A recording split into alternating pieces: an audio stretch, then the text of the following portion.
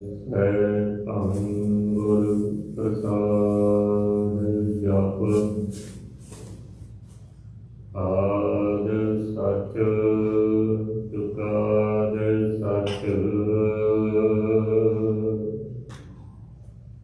ਹੈ ਭੀ ਸਚੁ ਨਾਨਕ ਹੋਸੀ ਭੀ ਸਚੁ।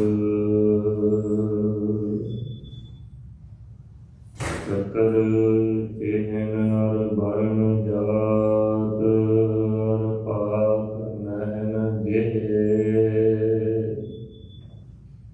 ਰੂਪ ਰੰਗ ਅਰ ਰੇਖ ਭੇਖ ਕੋ ਕਹਿ ਨ ਸਕਤ ਕੇਹੇ।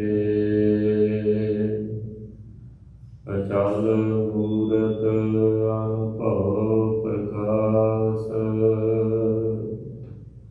ਅਮਿਤੋਜ ਭੇਜੈ ਕੋਟ ਇੰਦਰ ਇੰਦਰਾਨ। ਸਾਹੇ ਸਾਹਣ ਗਣਿਜੈ ਤੇ ਭਵਨ ਮਹੀਪ ਸੁਰ ਨਰ ਅਸੁਰ। ਨੇਤ ਨੇਤ ਬਨ ਤ੍ਰਿਣ ਕਹਿਤ। ਸਵੈ ਸਰਸ ਨਾਮ ਕਥੈ ਕਵਨ। ਕਰਮ ਨਾਮ ਬਨਤ ਸਮਤ। ਨਾਮ ਜਤੀ ਸਤੀ ਨਹੀਂ ਭਰਿਆ। ਮੂਰਖ ਮੁਗਦਾ ਜਨਮ ਭਇਆ। ਧੰਨਵਾਦ ਨਾਨਕ ਤਿਨ ਕੀ ਸਰਨਾ। ਜਿਨ ਤੂ ਨਾਹੀ ਵਿਸਰਿਆ। ਧੰਨਵਾਦ ਨਾਨਕ ਤਿਨ ਕੀ ਸਰਨਾ। ਜਿਨ ਤੂ ਨਾਹੀ ਵਿਸਰਿਆ। ਵਾਹਿਗੁਰੂ ਜੀ। ਹਰ ਜੇਠ ਜੁੜੰਦਾ ਲੋੜੀਆ। ਜਿਸ ਆਗਿਆ ਸਭ ਨਿਭਾਨਾ। ਹਰ ਸੱਜਣ ਨਾਵਣ ਲੱਗਿਆ। ਕਿਸੇ ਨ ਦੇਈ ਬੰਨ। ਮਾਣਕ ਮੋਤੀ ਨਾਮ ਪ੍ਰਭ। ਹੁਣ ਲੱਗਾ ਨਾਹੀ ਸੰਨ। ਰੰਗ ਸਭੇ ਨਾਰਾਇਣ ਜੇਤੇ ਮਨ ਭਾਵਨ। ਜੋ ਹਰ ਲੋੜੇ ਸੋਈ ਕਰੇ। ਜਾਂ ਜੋ ਹਰ ਲੋੜੇ ਸੋ ਕਰੇ ਸੋਈ ਜੀ ਕਰਨ। ਜੋ ਪ੍ਰਭ ਕੀਤੇ ਆਪਣੇ ਸਈ ਕਹੀਆ ਹੈ ਧੰਨ। ਆਪਣ ਲਿਆ ਜੇ ਮਿਲਾ ਵਿਛੜ ਕਿਉ ਰੋਵਨ। ਸਾਧੂ ਸੰਗ ਪ੍ਰਾਪਤਿ ਨਾਨਕ ਰੰਗ ਮਾਣਨ। ਹਰ ਜੇਠ ਰੰਗੀਲਾ ਤਿਸ ਧਾਣੀ। ਜਿਸ ਕਾ ਭਾਗ ਮਥਨ। ਹਰ ਜੇਠ ਜੁੜੰਦਾ ਲੋੜੀਐ। ਜਿਸ ਆਗੈ ਸਭ ਨਿਵਨ। ਵਾਹਿਗੁਰੂ ਜੀ ਕਾ ਖਾਲਸਾ ਵਾਹਿਗੁਰੂ ਜੀ ਕੀ ਫਤਿਹ। ਪਰਮ ਸਨਮਾਨਯੋਗ ਅਕਾਲ ਪੁਰਖ ਵਾਹਿਗੁਰੂ ਪਰਮੇਸ਼ਰ ਅੰਤਰਜਾਮੀ ਸਤਿਗੁਰੂ ਲੋਕ ਪਰਲੋਕ ਦੇ ਰੱਖਿਅਕ ਸਦਾ ਸਹਾਈ ਸਤਿਬਖਸ਼ੈਂਡ ਸਦਾ ਮਿਹਰਬਾਨ ਸਤਿਗੁਰੂ ਸਾਹਿਬ ਸ੍ਰੀ ਗੁਰੂ ਗ੍ਰੰਥ ਸਾਹਿਬ ਮਹਾਰਾਜ ਸੱਚੇ ਪਾਤਸ਼ਾਹ ਜੀ ਦੀ ਅਪਾਰ ਮਿਹਰ ਰਹਿਮਤ ਦਇਆ ਸਦਕਾ ਹਫ਼ਤਾਵਾਰੀ ਦੀਵਾਨ ਸਜੇ ਹਨ। ਸਜੇ ਹੋਏ ਦੀਵਾਨਾਂ ਵਿੱਚ ਆਪ ਜੀ ਨੇ ਪਾਵਨ ਗੁਰਬਾਣੀ ਦਾ ਪਾਠ ਸਰਵਣ ਕੀਤਾ। ਸੋ ਕੱਲ ਸੰਗਰਾਮ ਦਾ ਮਹੀਨਾ ਆਰੰਭ ਹੋਇਆ ਹੈ। ਜਿਹਨੂੰ ਪ੍ਰਚਲਿਤ ਪੰਜਾਬੀ ਸ਼ਬਦਾਂ ਵਿੱਚ ਸੰਗਰਾਂਦ ਸ਼ਬਦ ਕਹਿ ਕੇ ਮਹੀਨੇ ਦੀ ਪਰੰਪਰਾ ਨੂੰ ਪ੍ਰਚਾਰਿਆ ਜਾਂਦਾ ਹੈ। ਵਿਸਾਖ ਦਾ ਮਹੀਨਾ ਸਮਾਪਤ ਹੋਇਆ ਤੇ ਜੇਠ ਦਾ ਮਹੀਨਾ ਆਰੰਭ ਹੋਇਆ। ਗੁਰੂ ਅਰਜਨ ਦੇਵ ਮਹਾਰਾਜ ਸੱਚੇ ਪਾਤਸ਼ਾਹ ਜੀ ਨੇ ਮੰਜੀ ਸਾਹਿਬ ਵਾਲੇ ਪਾਵਨ ਸਥਾਨ ਤੋਂ ਦਾਰਾਈ ਸਿੱਖ ਸੰਗਤ ਨੂੰ ਮਹੀਨੇ ਦਾ ਪਾਵਨ ਉਪਦੇਸ਼ ਬਖਸ਼ਿਸ਼ ਕੀਤਾ। ਸੋ ਆਪ ਜੀ ਨੇ ਹੁਣ ਗੁਰਮੁਖ ਜਨਾਂ ਦੇ ਮੁਖ ਤੋਂ ਪਾਠ ਮਹੀਨੇ ਦਾ ਸੰਬੰਧ ਕੀਤਾ। ਨਾਲ ਹੀ ਅੱਜ ਧੰਨ ਗੁਰੂ ਅਮਰਦਾਸ ਮਹਾਰਾਜ ਸੱਚੇ ਪਾਤਸ਼ਾਹ ਜੀ ਦੇ ਪਾਵਨ ਪ੍ਰਕਾਸ਼ ਪੁਰਬ ਉਹਦੇ ਸੰਬੰਧ ਵਿੱਚ ਵੀ ਇਕੱਤਰਤਾ ਜਮਾਤ ਸਜੇ। ਜੇਠ ਦੇ ਮਹੀਨੇ ਦੇ ਵਿੱਚ ਸਤਿਗੁਰੂ ਧੰਨ ਗੁਰੂ ਅਰਜਨ ਦੇਵ ਮਹਾਰਾਜ ਸਾਹਿਬ ਜੀ ਨੇ ਸਿੱਖ ਸੰਗਤ ਨੂੰ ਪਾਵਨ ਉਪਦੇਸ਼ ਦਿੱਤਾ। ਪਹਿਲੀ ਪੰਕਤੀ ਆ, ਹਰ ਜੇਠ ਜੁੜੰਦਾ ਲੋਹੜੀ ਹੈ, ਜਿਸ ਅੱਗੇ ਸਭ ਜਵਾਨ। ਸੰਸਾਰ ਦੇ ਵਿੱਚ ਚਾਹੇ 84 ਲੱਖ ਜੂਨ ਹੋਵੇ, ਚਾਹੇ ਅਸੀਂ ਮਨੁੱਖ ਜੀਵ ਹਾਂ, ਮਨੁੱਖ ਜਾਤੀ ਹੈ। ਹਰ ਇੱਕ ਜੀਵ ਜੰਤੂ ਜੜ ਜੰਗਮ ਵੀ, ਚਾਹੇ ਮਨੁੱਖ ਜਾਤੀ, ਕਿਸੇ ਨਾ ਕਿਸੇ ਰੂਪ ਦੇ ਵਿੱਚ ਹਰ ਕੋਈ ਜੁੜਿਆ ਹੈ। ਜੁੜਨ ਦਾ ਢੰਗ ਕਿਸੇ ਦਾ ਕੋਈ ਵੀ ਹੋਵੇ, ਕਿਵੇਂ ਵੀ ਹੋ ਸਕਦਾ ਹੈ। ਕੋਈ ਮਨੁੱਖ ਇਕੱਲਾ ਤੇ ਇਕਾਂਤ ਰਹਿ ਕੇ ਜੀਵਨ ਨਹੀਂ ਬਤੀਤ ਕਰਦਾ ਤੇ ਨਾ ਹੀ ਕਰ ਸਕਦਾ। ਸਾਡੇ ਅੰਦਰ ਸਾਡੇ ਮਨ ਦਾ ਸੁਭਾਅ ਹੈ ਕਿ ਮਨ ਇਕਾਂਤ ਵਿੱਚ ਰਹਿਣ ਵਾਸਤੇ ਤਿਆਰ ਨਹੀਂ। ਸਾਨੂੰ ਕਿਸੇ ਦੇ ਨਾਲ ਆਸਰਾ ਮੰਨ ਕੇ ਰਹਿਣਾ, ਕਿਸੇ ਦੇ ਨਾਲ ਜੁੜ ਕੇ ਰਹਿਣਾ, ਕਿਸੇ ਦੇ ਨਾਲ ਆਪਣੇ ਮਨ ਦੇ ਖਿਆਲਾਂ ਦਾ, ਚੰਗੇ ਮਾੜੇ ਤੁਰਨਿਆਂ ਦਾ ਸੰਬੰਧ ਰੱਖਣਾ, ਵਾਰਤਾਲਾਪ ਦੇ ਰੂਪ ਵਿੱਚ ਹੋਵੇ, ਚਾਹੇ ਆਪਣੇ ਅੰਦਰ ਦੇ ਖਿਆਲ ਵੀ ਹੋਣ, ਕਿਸੇ ਨਾ ਕਿਸੇ ਰੂਪ ਵਿੱਚ ਮਨੁੱਖ ਜੁੜ ਕੇ ਰਹਿੰਦਾ ਹੈ। ਫਰਕ ਇੰਨਾ ਹੀ ਹੈ ਕਿ ਜਿਹੜੀ ਜੜ ਜੰਗਮ ਜਾਤੀ ਹੈ ਉਹਦਾ ਕਿਸੇ ਨਾਲ ਜੁੜਨਾ ਸੋਝੀਹੀਣ ਹੈ।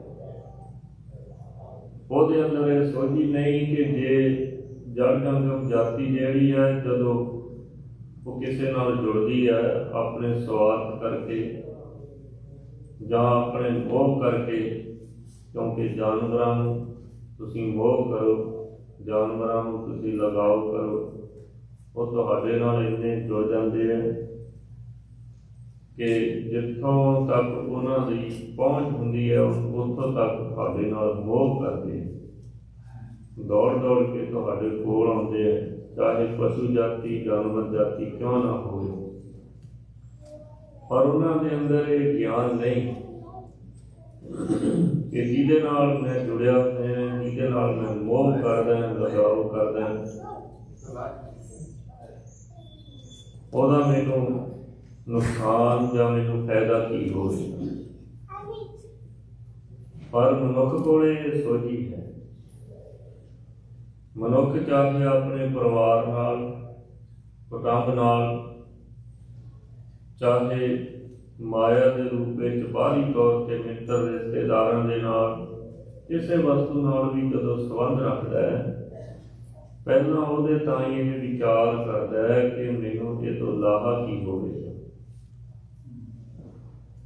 ਹੁਣ ਗੱਲ ਇੱਥੇ ਖੜੀ ਹੈ, ਜਦੋਂ ਮਨੁੱਖ ਸੰਸਾਰ ਦੇ ਵਿੱਚ ਨਹੀਂ ਆਇਆ, ਇਹਦਾ ਸਰੀਰ ਜਿਹੜਾ ਸੰਸਾਰ ਦੇ ਵਿੱਚ ਨਹੀਂ ਪ੍ਰਗਟ ਹੋਇਆ, ਉਦੋਂ ਇਹ ਜੁੜਿਆ ਹੋਇਆ ਸੀ ਵਾਹਿਗੁਰੂ ਪਰਮੇਸ਼ਰ ਦੇ ਨਾਲ ਮਾਤਾ ਦੇ ਗਰਭ ਦੇ ਅੰਦਰ। ਇਹ ਜੋੜ ਟੁੱਟਿਆ ਕਿਵੇਂ? ਇਹ ਟੁੱਟਿਆ ਇਸ ਕਰਕੇ ਕਿ ਇਸ ਮਾਇਆ ਨੇ ਅਮਰ ਵਰਤਾ ਦਿੱਤਾ। ਸਰੀਰ ਦਾ ਜੁੜਨਾ ਨਹੀਂ, ਸਰੀਰ ਦਾ ਕਿਸੇ ਨਾਲ ਮਿਲਣਾ ਨਹੀਂ, ਸਰੀਰ ਦਾ ਜੋੜਨਾ ਤੇ ਮਿਲਣਾ ਤੇ ਸੰਬੰਧ ਰੱਖਣਾ ਅਸਲ ਵਿੱਚ ਇਹਦਾ ਖਿਆਲ ਤੇ ਇਹਦੀ ਸੁਰਤ ਦਾ ਲਗਾਓ ਹੈ। ਤਾਂ ਹੀ ਸਤਿਗੁਰੂ ਮਹਾਰਾਜ ਸੱਚੇ ਪਾਤਸ਼ਾਹ ਧੰਨ ਗੁਰੂ ਅਮਰਦਾਸ ਸਾਹਿਬ ਜੀ ਨੇ ਲਿਵ ਛੁੜਕੀ ਲੱਗੀ ਤ੍ਰਿਸ਼ਨਾ ਮਾਇਆ ਅਮਰ ਵਰਤਾਏ। ਇਹ ਮਾਇਆ ਜਿਤ ਹਰ ਵਿਸਰੈ। ਮਹਾਰਾਜ ਸੱਚੇ ਪਾਤਸ਼ਾਹ ਜੀ ਨੇ ਸਾਫ਼ ਕਰ ਦਿੱਤੀ ਗੱਲ ਕਿ ਜਦੋਂ ਇਹਦੀ ਲਿਵ ਟੁੱਟੀ, ਇਹਦੀ ਸੁਰਤ ਟੁੱਟੀ, ਉਦੋਂ ਇਹ ਵਿਛੜਿਆ, ਉਦੋਂ ਇਹ ਟੁੱਟਿਆ। ਫਿਰ ਟੁੱਟ ਕੇ ਜੁੜਿਆ ਕਿੱਥੇ? ਮਾਇਆ ਦੇ ਸਾਰੇ ਨਾਲ। ਅਸੀਂ ਹੁਣ ਸਾਰੇ ਆਪਣੇ ਆਪ ਨੂੰ ਜੁੜੇ ਹੋਏ ਮੰਨਦੇ ਹਾਂ, ਪਰ ਲੇਕਿਨ ਟੁੱਟੇ ਵੀ ਇੰਨੇ ਹੋਏ ਆ ਕਿ ਖੁਦ ਨੂੰ ਸਾਨੂੰ ਇਹ ਗੱਲ ਜਾਚੀ ਨਹੀਂ ਜਾ ਸਕਦੀ, ਪੜਤਾਲੀ ਨਹੀਂ ਜਾ ਸਕਦੀ ਕਿ ਅਸੀਂ ਕਿੰਨੇ ਟੁੱਟੇ ਹੋਏ। ਵਾਹਿਗੁਰੂ ਪਰਮੇਸ਼ਰ ਦੇ ਨਾਲ, ਗੁਰੂ ਦੇ ਨਾਲ ਅਸੀਂ ਟੁੱਟ ਕੇ ਜ਼ਿੰਦਗੀ ਬਤੀਤ ਕਰ ਰਹੇ ਹਾਂ। ਜਿਹੜਾ ਇਸ ਬੰਦੇ ਦੇ ਅੰਦਰ ਪਰੇਸ਼ਾਨੀ, ਇਹ ਜੀਵ ਦੇ ਅੰਦਰ ਚਿੰਤਾ, ਇਹ ਜੀਵ ਦੇ ਅੰਦਰ ਤਪਸ਼ ਜਿਹੜੀ ਹੈ, ਉਹ ਇਸ ਕਰਕੇ ਹੈ ਕਿਉਂਕਿ ਟੁੱਟਿਆ ਹੋਇਆ। ਜੇ ਟੁੱਟਿਆ ਹੋਇਆ ਨਾ ਹੋਵੇ, ਜੁੜਿਆ ਹੋਇਆ ਹੋਵੇ, ਤਾਂ ਇਹ ਤਪਸ਼ ਤੋਂ ਰਹਿਤ। ਜਿਉ ਤਪਤ ਹੈ ਬਾਰੋ ਬਾਰ, ਤਬ ਤਬ ਖਬੈ ਬਹੁਤ ਬੇਕਾਰ। ਜੋ ਤਨ ਬਾਣੀ ਵਿਸਰ ਜਾਏ, ਜੋ ਪੱਕਾ ਰੋਗੀ ਮਿਲਦਾ। ਟੁੱਟਿਆ ਹੋਣ ਕਰਕੇ ਇਹ ਵਾਹਿਗੁਰੂ ਪਰਮੇਸ਼ਰ ਤੋਂ ਇਹ ਬਿਆੰਤ ਤਰ੍ਹਾਂ ਦੀਆਂ ਲਾਮਤਾਂ ਦੇ ਨਾਲ ਜਕੜਿਆ ਹੋਇਆ। ਜਿਸ ਦਿਨ ਇਹ ਵਾਹਿਗੁਰੂ ਪਰਮੇਸ਼ਰ ਦੇ ਨਾਲ ਜੁੜ ਜਾਵੇਗਾ, ਵਾਹਿਗੁਰੂ ਪਰਮੇਸ਼ਰ ਦਾ ਪੱਲਾ ਫੜ ਲਵੇਗਾ, ਵਾਹਿਗੁਰੂ ਪਰਮੇਸ਼ਰ ਇਹਦੇ ਅੰਦਰ ਰਹਿਮਤ ਵਰਤਾ ਦੇਵੇਗਾ, ਇਹ ਜੀਵ ਦੇ ਅੰਦਰ ਕਲਾ ਵਰਤਾ ਦੇਵੇਗਾ। ਕਿੰਨੇ ਰੂਪਾਂ ਦੇ ਵਿੱਚ ਇਹ ਬੰਦਾ ਟੁੱਟਿਆ ਹੋਇਆ ਹੈ। ਉਸਤਤ ਕਰਨ ਦੇ ਕਾਰਨ ਸੰਸਾਰਕ ਤੌਰ ਤੇ ਟੁੱਟਿਆ ਹੋਇਆ ਹੈ। ਨਿੰਦਿਆ ਕਰ ਰਿਹਾ ਹੈ, ਇਹ ਟੁੱਟਿਆ ਹੋਇਆ ਹੈ। ਇਹਦੇ ਅੰਦਰ ਦੁਵੈਸ਼ ਹੈ, ਇਹਦੇ ਕਾਰਨ ਟੁੱਟਿਆ ਹੋਇਆ ਹੈ। ਪ੍ਰੇਮ ਹੈ, ਝੂਠ ਹੈ, ਬੇਈਮਾਨੀ ਹੈ, ਆਪਣੀ ਅਕਲ ਦੀ ਚਾਤੁਰਤਾ ਹੈ, ਆਪਣੀ ਸਿਆਣਪ ਦੀ ਚਾਤੁਰਤਾ ਹੈ, ਇਹਦੇ ਕਰਕੇ ਟੁੱਟਿਆ ਹੋਇਆ ਹੈ। ਪਰ ਲੇਕਿਨ ਜੁੜੇ ਹੋਏ ਦਾ ਇਹ ਭਰਮ ਪਾ ਲਿਆ ਕਿ ਮੈਂ ਜੁੜਿਆ ਹੋਇਆ ਹਾਂ। ਅਸਲ ਵਿੱਚ ਜੁੜਨ ਨਾਲੋਂ ਪਹਿਲਾਂ ਇਹਨੂੰ ਆਪਣੇ ਟੁੱਟ ਜਾਣ ਦਾ, ਟੁੱਟੇ ਹੋਏ ਦਾ ਫਿਕਰ ਕਰਨਾ ਚਾਹੀਦਾ ਹੈ। ਕਿਹੜੀਆਂ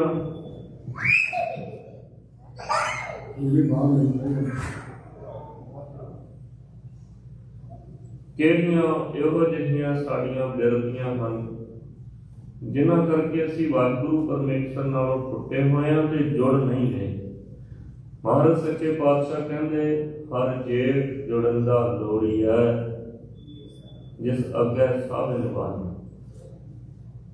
ਹੁਣ ਇੱਕ ਗੱਲ ਤਾਂ ਆ ਗਈ ਨਾ ਜੁੜਨ ਦੀ, ਅਗਲੀ ਗੱਲ ਆ ਗਈ ਕਿ ਉਹਦੇ ਨਾਲ ਜੁੜਨਾ ਚਾਹੀਦਾ ਹੈ ਜਿਹਦੇ ਅੱਗੇ ਸਾਰਾ ਸੰਸਾਰ ਨਿਉ ਰਿਹਾ, ਜਿਹਦੇ ਅੱਗੇ ਸਾਰਾ ਸੰਸਾਰ ਝੁਕ ਰਿਹਾ। ਜਪਜੀ ਸਾਹਿਬ ਦੀ ਬਾਣੀ ਆਪਾਂ ਪੜ੍ਹਦੇ, ਸਤਿਗੁਰੂ ਮਹਾਰਾਜ ਸੱਚੇ ਪਾਤਸ਼ਾਹ ਜੀ ਨੇ ਉੱਥੇ ਪੌੜੀ ਆਪਾਂ ਰੋਜ਼ ਪੜ੍ਹਦੇ ਹਾਂ। ਹੁਕਮੀ ਹੋਵਨ ਆਕਾਰ, ਹੁਕਮ ਨਾ ਕਹਿਆ ਜਾਈ, ਹੁਕਮੀ ਹੋਵਨ ਜੀ, ਹੁਕਮ ਮਿਲੈ ਵਡਿਆਈ, ਹੁਕਮੀ ਉਤਮ ਨੀਚ, ਹੁਕਮ ਲੇਖ ਦੁਖ ਸੁਖ ਪਾਈਐ। ਇਤਨਾ ਹੁਕਮੀ ਬਖਸ਼ੀਸ, ਇੱਕ ਹੁਕਮੀ ਸਦਾ ਭਵਾਈਐ। ਹੁਕਮੈ ਅੰਦਰ ਸਭ ਕੋ, ਬਾਹਰ ਹੁਕਮ ਨਾ ਕੋਈ। ਨਾਨਕ ਹੁਕਮੈ ਜੇ ਬੁਝੈ, ਤਾ ਹਉਮੈ ਕਹੈ ਨਾ ਕੋਈ। ਇੱਕ ਮਨੁੱਖ ਹੈ ਜਿਹਨੂੰ ਸੋਝੀ ਬਖਸ਼ਣੀ ਪੈਂਦੀ, ਸੋਝੀ ਦੇਣੀ ਪੈਂਦੀ ਕਿ ਤੂੰ ਹਮੇਸ਼ਾ ਝੁਕ ਕੇ ਰਹਿਣਾ, ਹਮੇਸ਼ਾ ਨੀਵਾਂ ਹੋ ਕੇ ਰਹਿਣਾ। ਜੇ ਵਾਹਿਗੁਰੂ ਪਰਮੇਸ਼ਰ ਕੋਲੋਂ ਕੁਝ ਪ੍ਰਾਪਤ ਕਰਨਾ ਚਾਹੁੰਦਾ ਤਾਂ ਗੁਰੂ ਅਮਰਦਾਸ ਮਹਾਰਾਜ ਸੱਚੇ ਪਾਤਸ਼ਾਹ ਜੀ ਦਾ ਪ੍ਰਕਾਸ਼ ਪੁਰਬ ਆਪਾਂ ਮਨਾ ਰਹੇ ਹਾਂ। ਗੁਰੂ ਅਮਰਦਾਸ ਸਾਹਿਬ ਸੱਚੇ ਪਾਤਸ਼ਾਹ ਜਿਸ ਦਿਨ ਤੋਂ ਧੰਨ ਗੁਰੂ ਅੰਗਦ ਦੇਵ ਸਾਹਿਬ ਸੱਚੇ ਪਾਤਸ਼ਾਹ ਜੀ ਦੇ ਹਜ਼ੂਰ ਆਏ, ਭਾਵੇਂ ਆਪਸ ਵਿੱਚ ਕੁੜਮਾਚਾਰੀ ਦੀ ਰਿਸ਼ਤੇਦਾਰੀ ਹੈ, ਫਿਰ ਵੀ ਸਤਿਗੁਰੂ ਮਹਾਰਾਜ ਸੱਚੇ ਪਾਤਸ਼ਾਹ ਜੀ ਨੇ ਕੁੜਮਾਚਾਰੀ ਦੀ ਰਿਸ਼ਤੇਦਾਰੀ ਛੱਡ ਕੇ ਜੋ ਆਤਮਾ ਦਾ ਰਿਸ਼ਤਾ ਉਹ ਸਤਿਗੁਰੂ ਦੇ ਚਰਨਾਂ ਵਿੱਚ ਜੋੜਿਆ। ਸਤਿਗੁਰੂ ਸੱਚੇ ਪਾਤਸ਼ਾਹ ਜੀ ਨੂੰ ਗੁਰੂ ਅਪਣਾ ਲਿਆ। ਮਹਾਰਾਜ ਸਾਹਿਬ ਜੀ ਨੇ ਗੁਰੂ ਅਮਰਦਾਸ ਸੱਚੇ ਪਾਤਸ਼ਾਹ ਜੀ ਰੋਜ਼ ਸੇਵਾ ਕਰਦੇ।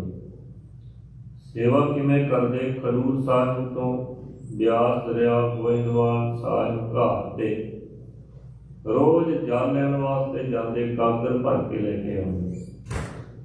ਜਾਂਦੇ ਇਸ ਢੰਗ ਦੇ ਨਾਲ ਕਿ ਮੂੰਹ ਗੁਰੂ ਅੰਗਦ ਦੇਵ ਮਹਾਰਾਜ ਸਾਹਿਬ ਜੀ ਵੱਲ, ਖਡੂਰ ਸਾਹਿਬ ਵੱਲ ਰੱਖਦੇ।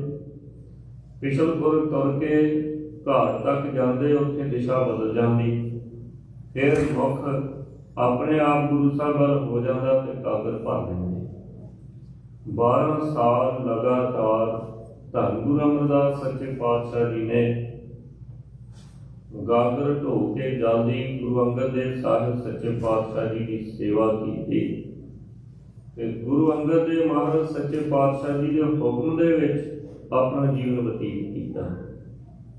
12 ਸਾਲਾਂ ਬਾਅਦ ਸਤਿਗੁਰੂ ਸੱਚੇ ਪਾਤਸ਼ਾਹ ਜੀ ਨੇ ਪ੍ਰਸੰਨਤਾ ਬਖਸ਼ਿਸ਼ ਕੀਤੀ ਗੁਰੂ ਅਮਰਦਾਸ ਸਾਹਿਬ ਜੀ ਨੂੰ, ਜਿਹੜੇ ਹੁਣ ਅਸੀਂ ਅਰਦਾਸ ਦੇ ਆਖਰੀ ਸ਼ਬਦ ਪੜ੍ਹਦੇ ਨਾ ਕਿ ਨਿਮਾਣਿਆਂ ਦੇ ਮਾਣ, ਨਿਤਾਣਿਆਂ ਦੇ ਤਾਣ, ਨਿਉਤਿਆਂ ਦੀ ਓਟ, ਨਿਗਤਿਆਂ ਦੀ ਗਤ, ਨਿਪੱਤਿਆਂ ਦੀ ਪੱਤ, ਨਿਆਸਰਿਆਂ ਦੇ ਆਸਰੇ, ਨਿਧਰਿਆਂ ਦੀ ਢਿੱਡ। ਇਹ 12 ਵਾਰ ਗੁਰੂ ਅੰਗਦ ਦੇਵ ਮਹਾਰਾਜ ਸੱਚੇ ਪਾਤਸ਼ਾਹ ਜੀ ਨੇ ਧੰਨ ਗੁਰੂ ਅਮਰਦਾਸ ਸਾਹਿਬ ਸੱਚੇ ਪਾਤਸ਼ਾਹ ਜੀ ਨੂੰ ਬਖਸ਼ਿਸ਼ ਕੀਤੇ। ਸਾਰੀ ਅਰਦਾਸ ਹੋ ਜਾਂਦੀ ਹੈ। ਸਾਰੀ ਅਰਦਾਸ ਹੋਣ ਤੋਂ ਬਾਅਦ ਇਹ ਆਖਰੀ ਸ਼ਬਦ ਜਦੋਂ ਅਸੀਂ ਸੁਣਦੇ, ਉੱਥੇ ਲਿਖੇ ਹੋਏ ਸ਼ਬਦ ਹੈ ਵੀ ਨਿਮਾਣਿਆਂ ਦੇ ਮਾਣ। ਗੁਰੂ ਹਜ਼ੂਰੀ ਵਿੱਚ ਮਾਣ ਉਹਨੂੰ ਪ੍ਰਾਪਤ ਹੋਣਾ ਜੋ ਸਤਿਗੁਰੂ ਜੀ ਦੇ ਅੱਗੇ ਨਿਮਾਣਾ ਹੋ ਕੇ ਮਹਾਰਾਜ ਸੱਚੇ ਪਾਤਸ਼ਾਹ ਅੱਗੇ ਝੁਕੇਗਾ। ਤਾਣ ਉਹਨੂੰ ਪ੍ਰਾਪਤ ਹੋਣਾ ਜਿਹੜਾ ਤਾਣਾ ਹੋ ਕੇ ਆਵੇਗਾ। ਆਸਰਾ ਉਹਨੂੰ ਪ੍ਰਾਪਤ ਹੋਣਾ ਜਿਹੜਾ ਨਿਆਸਰਾ ਹੋ ਕੇ ਆਵੇਗਾ। ਮਹਾਰਾਜ ਸਾਹਿਬ ਜੀ ਧੰਨ ਗੁਰੂ ਅਮਰਦਾਸ ਸਾਹਿਬ ਜੀ ਨੇ ਜਦੋਂ ਆਨੰਦ ਸਾਹਿਬ ਪੜ੍ਹਦੇ, ਉੱਥੇ ਪਾਵਨ ਪੌੜੀ ਹੈ, ਜੇ ਕੋ ਸਿੱਖ ਗੁਰੂ ਸੇਤੀ ਸਨਮੁਖ ਹੋਵੇ ਤਾਂ ਸਨਮੁਖ ਸਿੱਖ ਹੋਈ, ਜੀਉ ਰਹਿ ਗੁਰ ਨਾਲੇ।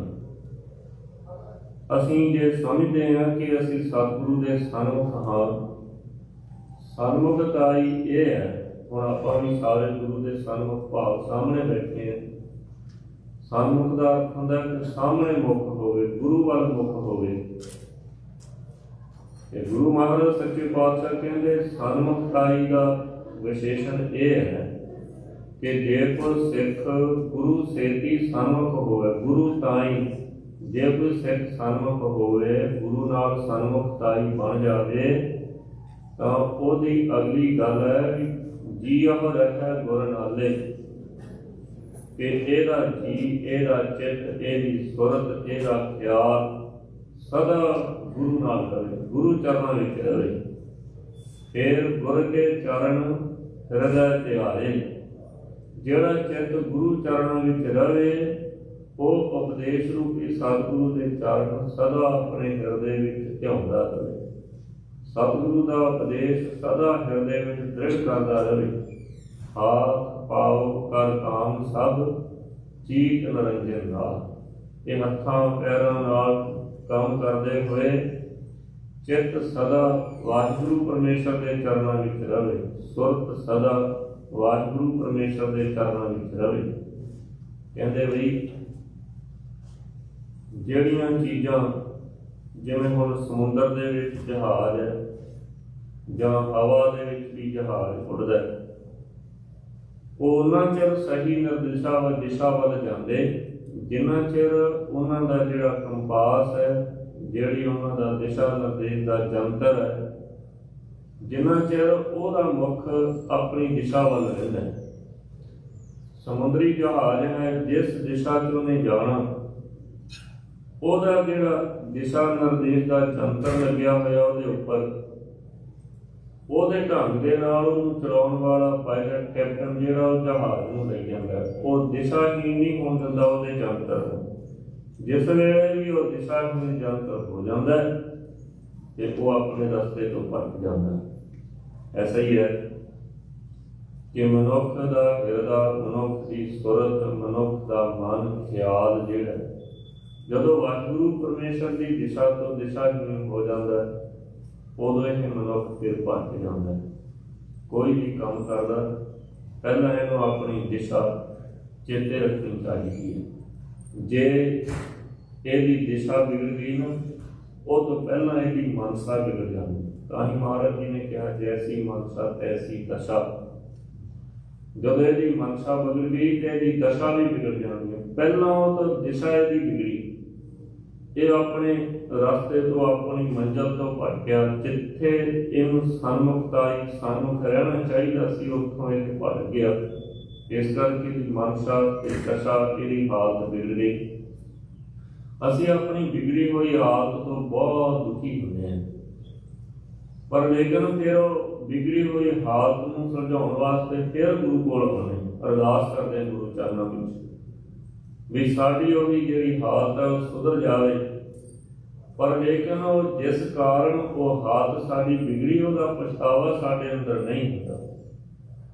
ਜਿਵੇਂ ਡਾਕਟਰ ਸਾਨੂੰ ਕਹਿੰਦੇ ਨਾ ਕਿ ਦਵਾਈ ਨਾਲ ਪਰਹੇਜ਼ ਜ਼ਰੂਰੀ ਹੈ, ਐਸਾ ਹੀ ਹੈ। ਜਦੋਂ ਸਾਡੀ ਹਾਲਤ ਵਿਗੜਦੀ, ਚਾਹੇ ਸੰਸਾਰਕ ਤੌਰ ਤੇ, ਚਾਹੇ ਮਨ ਦੇ ਤੌਰ ਤੇ, ਚਾਹੇ ਸਾਡੀ ਸੁਰਤ ਜਿਹੜੀ ਹੈ, ਜਦੋਂ ਇਹ ਵਿਗੜਦੀ ਹੈ, ਇਹਦੇ ਵਾਸਤੇ ਅਸੀਂ ਗੁਰੂ ਚਰਨਾਂ ਵਿੱਚ ਅਰਦਾਸ ਕਰਦੇ ਹਾਂ ਕਿ ਮਹਾਰਾਜ ਇਹ ਸੁਧਰ ਜਾਵੇ। ਪਰ ਜਿੱਥੋਂ ਇਹ ਵਿਗੜੀ ਆ, ਉਹਦਾ ਜਿੰਨਾ ਚਿਰ ਪਛਤਾਵਾ ਨਹੀਂ ਕਰਦਾ, ਉਹਨਾਂ ਚਿਰ ਇਹ ਵਿਗੜੀ ਹੋਈ ਸੁਰਤ, ਵਿਗੜਿਆ ਹੋਇਆ ਮਨ, ਵਿਗੜੀ ਹੋਈ ਦਸ਼ਾ ਸੁਧਰ ਨਹੀਂ ਸਕਦੀ। ਪਹਿਲਾਂ ਇਹਨੂੰ ਉਹਦਾ ਪਛਤਾਵਾ ਕਰਨਾ ਪਵੇਗਾ ਕਿ ਦੁਬਾਰਾ ਮੁੜ ਕੇ ਉੱਥੇ ਨਹੀਂ ਜਾਣਾ, ਦੁਬਾਰਾ ਮੁੜ ਕੇ ਉਹ ਸੁਰਤ ਦੇ ਵਿੱਚ ਲਾਗੂ ਨਹੀਂ ਹੋਣ ਦੇਣਾ, ਜਿਸ ਕਰਕੇ ਮੇਰੀ ਮਨਸਾ ਦਸ਼ਾ ਵਿਗੜ ਜਾਵੇ। ਸੋ ਸਤਿਗੁਰੂ ਮਹਾਰਾਜ ਸਾਹਿਬ ਜੀ ਕਹਿੰਦੇ, ਗੁਰ ਕੇ ਚਰਨ ਹਿਰਦੈ ਧਿਆਏ, ਅੰਤਰ ਆਤਮੈ ਸਮਾਲੇ। ਫਿਰ ਅਗਲੀ ਗੱਲ ਬਹੁਤ ਵੱਡੀ ਗੁਰੂ ਅਮਰਦਾਸ ਸਾਹਿਬ ਜੀ ਨੇ ਕਹੀ, ਆਪ ਛੱਡ ਸਦਾ ਰਹਿ ਪਰਣੈ। ਆਪਣਾ ਆਪ ਤਿਆਗ ਕੇ ਸਦਾ ਗੁਰੂ ਦੇ ਆਸਰੇ ਰਹਿਣਾ। ਹੁਕਮੈ ਅੰਦਰ ਸਭ ਕੋ, ਬਾਹਰ ਹੁਕਮ ਨਾ ਹੋਏ, ਜਾਂ ਜਿਸ ਅੱਗੇ ਸਭ ਨਿਵਾਨ। ਇਹ ਗੱਲ ਜੀਵ ਵਾਸਤੇ ਸਭ ਤੋਂ ਔਖੀ ਹੈ ਕਿ ਆਪਣਾ ਆਪ ਤਿਆਗ ਦੇਣਾ ਤੇ ਸਦਾ ਗੁਰੂ ਦੇ ਆਸਰੇ ਰਹਿਣਾ। ਨਹੀਂ, ਅਸੀਂ ਹਮੇਸ਼ਾ ਸੋਚਦੇ ਰਹਿੰਦੇ ਅਸੀਂ ਕਈਆਂ ਦਾ ਆਸਰਾ ਹਾਂ। ਕੋਈ ਕਹਿੰਦਾ ਮੈਂ ਪਰਿਵਾਰ ਦਾ ਆਸਰਾ, ਮੇਰੇ ਆਸਰੇ ਸਾਰਾ ਪਰਿਵਾਰ ਹੈ। ਕੋਈ ਕਹਿ ਰਿਹਾ ਮੈਂ ਕਈ ਰਿਸ਼ਤੇਦਾਰਾਂ ਦਾ ਆਸਰਾ, ਕਿੰਨੇ ਰਿਸ਼ਤੇਦਾਰ ਮੇਰੇ ਕਰਕੇ। ਕੋਈ ਕਹਿੰਦਾ ਮੈਂ ਫਲਾਣੇ ਮਿੱਤਰਾਂ ਦਾ ਆਸਰਾ ਬਣਿਆ ਹੋਇਆ।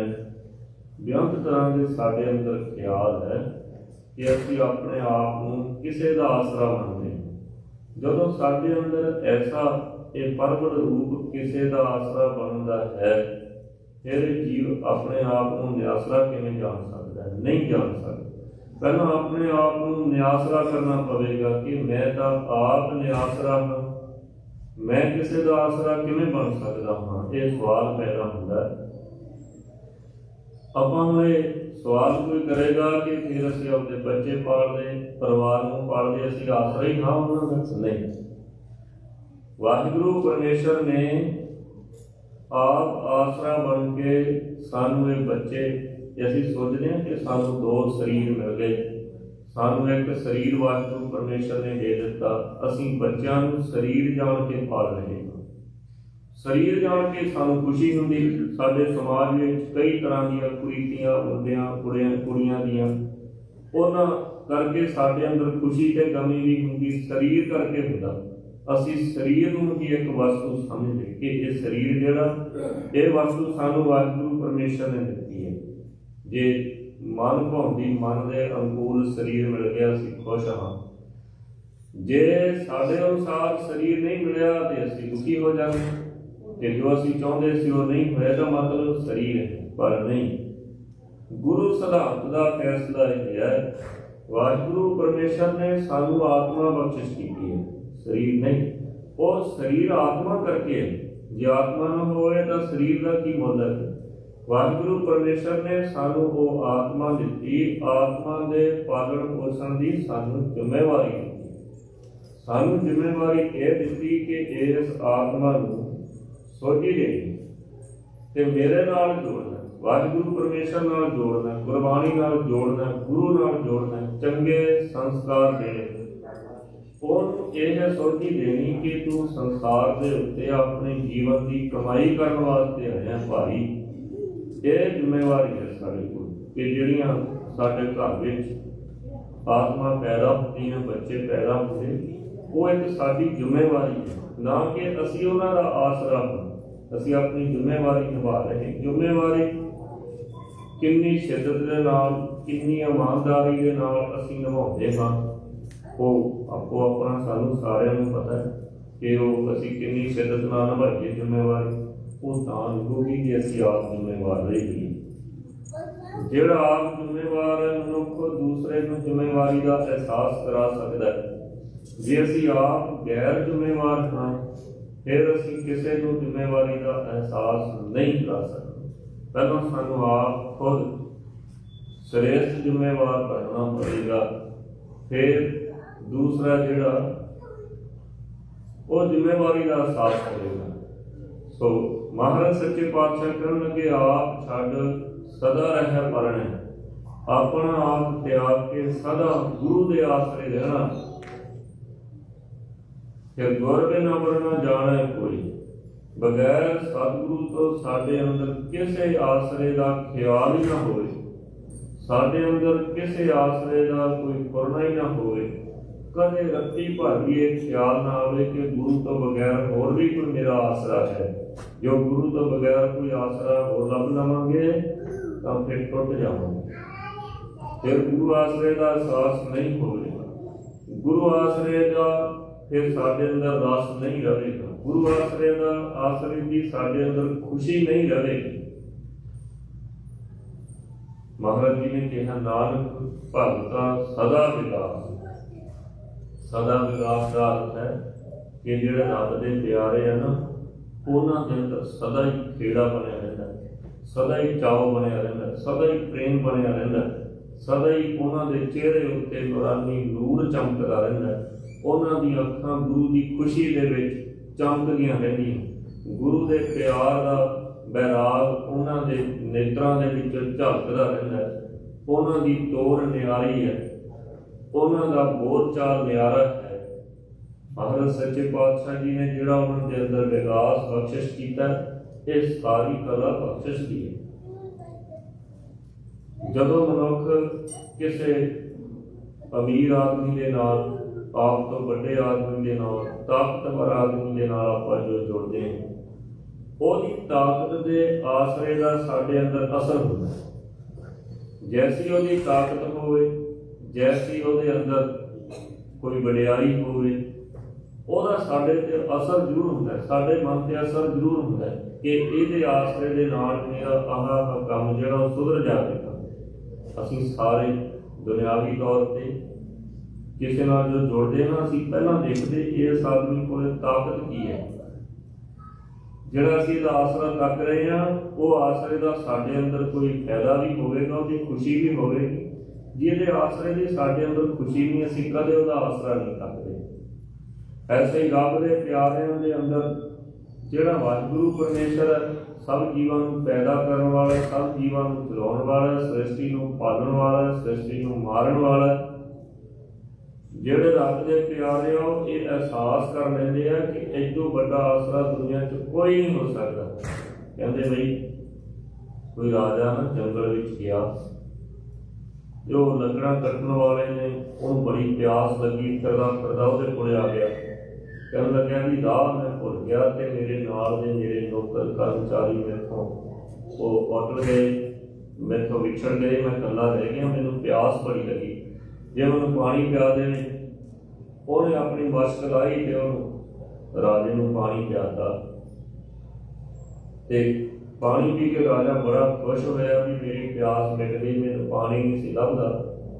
ਉਹਨੇ ਆਪਣੀ ਇੱਕ ਅੰਗੂਠੀ ਲਾ ਕੇ ਉਹ ਲੱਕੜਾਂ ਕੱਟਣ ਵਾਲੇ ਮਜ਼ਦੂਰ ਨੂੰ, ਗਰੀਬ ਨੂੰ ਦੇ ਦਿੱਤੀ, ਲੈ ਵੀ ਆਹ ਤੈਨੂੰ ਮੈਂ ਦਿੱਤੀ। ਜਦੋਂ ਤੈਨੂੰ ਕਿਤੇ ਅਤਿਅੰਤ ਕੋਈ ਐਸੀ ਲੋੜ ਪੈ ਜਾਵੇ ਮੇਰੇ ਤਾਈਂ ਕਿ ਤੇਰਾ ਨਾ ਸਰੇ, ਕੋਈ ਹੱਲ ਨਾ ਹੋਵੇ, ਤੂੰ ਮੇਰੇ ਤੱਕ ਆਉਣਾ ਹੋਵੇ ਤੇ ਆਹ ਅੰਗੂਠੀ ਮੇਰੇ ਤੇਲਚੀਆਂ ਨੂੰ, ਦਰਬਾਨਚੀਆਂ ਨੂੰ ਦਿਖਾ ਕੇ ਆਉਣਾ ਮੇਰੇ ਕੋਲ ਤੇ ਮੈਨੂੰ ਦੱਸਣਾ ਮੈਂ ਤੇਰਾ ਕੀ ਸਵਾਦ ਸਕਦਾ। थोड़ा समा लंघिया, ਉਹਨੂੰ ਲੋੜ ਪਈ, ਉਹ ਅੰਗੂਠੀ ਲੈ ਕੇ ਰਾਜ ਦਰਬਾਰ ਵਿੱਚ ਚਲਿਆ ਗਿਆ। ਉਹਨੇ ਦਰਬਾਨਚੀਆਂ ਨੂੰ, ਪਹਿਰੇਦਾਰਾਂ ਨੂੰ ਅੰਗੂਠੀ ਦਿਖਾਈ ਤੇ ਉਹਨੇ ਜਾ ਕੇ ਦੱਸਿਆ ਵੀ ਮੈਂ ਰਾਜੇ ਨੂੰ ਮਿਲਣ ਆਇਆ ਤੇ ਆਹ ਉਹਨੇ ਮੈਨੂੰ ਨਿਸ਼ਾਨੀ ਦਿੱਤੀ ਸੀ ਵੀ ਤੈਨੂੰ ਕੋਈ ਰੋਕੂਗਾ ਨਹੀਂ। ਉਹ ਕਿਸੇ ਨੇ ਰੋਕਿਆ ਨਹੀਂ, ਉਹ ਰਾਜੇ ਦੇ ਪਹਿਲਾਂ ਵੀ ਚਲਿਆ ਗਿਆ। ਜਾਂਦੇ ਨੂੰ ਸਾਹਮਣੇ ਰਾਜਾ ਖੜ ਕੇ ਆਪਣੀ ਇਸ਼ਟ ਦੀ ਪੂਜਾ ਕਰ ਰਿਹਾ ਹੈ। ਜਦੋਂ ਪੂਜਾ ਕਰਦਾ ਨਾਲ ਦੀ ਨਾਲ ਬੋਲੀ ਜਾ ਰਿਹਾ ਹੈ ਵੀ ਮੇਰੀਆਂ ਫੌਜਾਂ ਜਿਹੜੀਆਂ ਸਲਾਮਤ ਰਹਿਣ, ਮੇਰਾ ਰਾਜ ਹੋਰ ਬਹੁਤਾ ਵਧੇ, ਮੇਰੇ ਰਾਜ ਦੇ ਖਜ਼ਾਨੇ ਭਰੇ ਰਹਿਣ, ਮੇਰੇ ਰਾਜ ਮੇਰਾ ਫਲਾਣੇ ਤੱਕ ਹੋ ਜਾਵੇ, ਉਹ ਮੇਰੇ ਜਿਹੜੇ ਦੁਸ਼ਮਣ ਮੇਰੇ ਅਧੀਨ ਹੋ ਜਾਣ। ਬੇਅੰਤ ਤਰ੍ਹਾਂ ਦੀਆਂ ਜਿਹੜੀਆਂ ਆਸ਼ਾਵਾਂ ਸੀ ਉਹਦੀਆਂ ਉਹ ਕਹੀ ਜਾ ਰਹੇ। ਉਹ ਪਿੱਛੇ ਖੜਾ ਸੁਣੀ ਜਾਂਦਾ ਹੈ ਗਰੀਬ ਆਦਮੀ। ਸੁਣਦੇ ਸੁਣਦੇ ਉਹਦੇ ਮਨ ਵਿੱਚ ਖਿਆਲ ਆਇਆ ਵੀ ਮੈਂ ਤੇ ਬੜੀ ਛੋਟੀ ਜਿਹੀ ਮੰਗ ਲੈ ਕੇ ਆਇਆ, ਇਹ ਤਾਂ ਆਦਮੀ ਮੇਥੋਂ ਵੀ ਵੱਡਾ ਮੰਗਦਾ ਹੈ। ਜਿਹੜਾ ਇਹ ਰੱਬ ਕੋਲੋਂ, ਪਰਮੇਸ਼ਰ ਕੋਲੋਂ ਮੰਗ ਰਿਹਾ ਹੈ, ਇਹ ਉਹਦੇ ਕੋਲੋਂ ਮੰਗ ਰਿਹਾ ਹੈ ਤੇ ਮੈਂ ਇਹਦੇ ਕੋਲੋਂ ਮੰਗ ਰਿਹਾ ਤੇ ਮੈਂ ਮੰਗਦੇ ਕੋਲੋਂ ਕਿਉਂ ਮੰਗਣਾ? ਮੈਂ ਜਾ ਕੇ ਉਸ ਪਰਮੇਸ਼ਰ ਕੋਲੇ ਮੰਗਾ ਜਿਹਦੇ ਕੋਲੋਂ ਇਹ ਮੰਗ ਰਿਹਾ ਹੈ। ਇਹ ਸੋਚ ਕੇ ਵਾਪਸ ਮੁੜਿਆ। ਰਾਜੇ ਨੇ ਜੋ ਪਿੱਛੇ ਮੁੜਨ ਦੀ ਆਵਾਜ਼ ਸੁਣੀ, ਆਵਾਜ਼ ਮਾਰ ਲਈ, ਦੱਸ ਲਈ। ਕਹਿਣ ਲੱਗਿਆ ਵੀ ਰਾਜਨਾਥ ਤੂੰ ਮੈਨੂੰ ਕਹਿ ਕੇ ਆਇਆ ਸੀ ਵੀ ਮੇਰੇ ਕੋਲ ਆ ਜਾ, ਮੈਂ ਆ ਗਿਆ, ਪਰ ਮੈਂ ਦੇਖਿਆ ਕਿ ਮੈਂ ਤਾਂ ਤੇਰੇ ਤੋਂ ਮੰਗਣ ਆਇਆ, ਤੂੰ ਅੱਗੇ ਕਿਸੇ ਕੋਲੋਂ ਮੰਗੀ ਜਾ ਰਹੇ ਤੇ ਜਿਹਦੇ ਕੋਲੋਂ ਤੂੰ ਮੰਗਦਾ ਉਹਦੇ ਕੋਲੋਂ ਨਹੀਂ ਮੰਗ ਲਵਾਂ। ਮੈਂ ਮੰਗਦੇ ਕੋਲੋਂ ਕਿਉਂ ਮੰਗਾ? ਗੁਰੂ ਹਰਗੋਬਿੰਦ ਮਹਾਰਾਜ ਸਾਹਿਬ ਸੱਚੇ ਪਾਤਸ਼ਾਹ ਵੇਲੇ ਗੁਰਸਿੱਖ ਨੇ ਜਹਾਂਗੀਰ ਬਾਦਸ਼ਾਹ ਦੇ ਕੋਲੇ ਪੰਡ ਰੱਖਤੀ। ਜਾ ਕੇ ਕਹਿਣ ਲੱਗਿਆ ਲੋਕ ਤੇ ਪ੍ਰਲੋਕ ਦੇ ਸੁੱਖ ਦੇ ਦੋ ਟਕਾ ਵੀ ਰੱਖ ਦਿੱਤਾ। ਉਹ ਕਹਿਣ ਲੱਗੇ ਇੱਥੇ ਦੇ ਸੁੱਖ ਜਿਹਨੇ ਮਰਜ਼ੀ ਲੈ ਲੈ, ਪ੍ਰਲੋਕ ਦਾ ਸੁੱਖ ਨਹੀਂ ਦੇ ਸਕਦਾ। ਕਹਿੰਦਾ ਜੇ ਪ੍ਰਲੋਕ ਦਾ ਸੁੱਖ ਚਾਹੀਦਾ ਤਾਂ ਫਿਰ ਉਹ ਸਾਹਮਣੇ ਤੰਬੂ ਗੁਰੂ ਹਰਗੋਬਿੰਦ ਮਹਾਰਾਜ ਸਾਹਿਬ ਜੀ ਦਾ ਹੈ। ਸਿੱਖ ਨੇ ਟਕਾ ਦੇ ਪੰਡ ਚੱਕੀ, ਗੁਰੂ ਹਰਗੋਬਿੰਦ ਮਹਾਰਾਜ ਸਾਹਿਬ ਜੀ ਦੇ ਚਰਨਾਂ ਜਾ ਕੇ ਮੱਥਾ ਟੇਕ ਦਿੱਤਾ ਤੇ ਜਾ ਕੇ ਪ੍ਰਲੋਕ ਦਾ ਸੁੱਖ ਮੰਗ ਲਿਆ। ਸੰਸਾਰ ਦੇ ਰਾਜੇ ਲੋਕ ਦਾ ਸੁੱਖ ਦੇ ਸਕਦੇ, ਪ੍ਰਲੋਕ ਦਾ ਸੁੱਖ ਗੁਰੂ ਦੇ ਸਕਦਾ। ਜਿਸ ਦਿਨ ਇਸ ਜੀਵ ਦੇ ਅੰਦਰ ਇਹ ਧਾਰਨਾ ਬਣ ਗਈ, ਇਹਦੇ ਅੰਦਰ ਅਹਿਸਾਸ ਹੋ ਗਿਆ ਕਿ ਆਸਰਾ ਇੱਕੋ ਇੱਕ ਵਾਹਿਗੁਰੂ ਪਰਮੇਸ਼ਰ ਹੈ। ਜੀਵ ਦੇ ਸਰੀਰ ਦਾ ਆਸਰਾ ਹੋ ਸਕਦਾ, ਆਤਮਾ ਦਾ ਆਸਰਾ ਨਹੀਂ ਹੋ ਸਕਦਾ। ਅਸੀਂ ਸਭ ਨੇ ਸੰਸਾਰ ਤੋਂ ਜਦੋਂ ਕੂਚ ਕਰਨਾ, ਜਿੱਥੇ ਤੱਕ ਇਹ ਸਰੀਰ ਜਾ ਸਕਦਾ ਹੈ ਅਸੀਂ ਸਾਰੇ ਉੱਥੇ ਤੱਕ ਹੀ ਸਰੀਰ ਦੇ ਨਾਲ ਜਾ ਸਕਦੇ, ਉਦੋਂ ਅੱਗੇ ਨਹੀਂ ਜਾ ਸਕਦੇ। ਪਰ ਉਸ ਤੋਂ ਅੱਗੇ ਇਹਦਾ ਆਸਰਾ ਵਾਹਿਗੁਰੂ ਪਰਮੇਸ਼ਰ ਹੈ।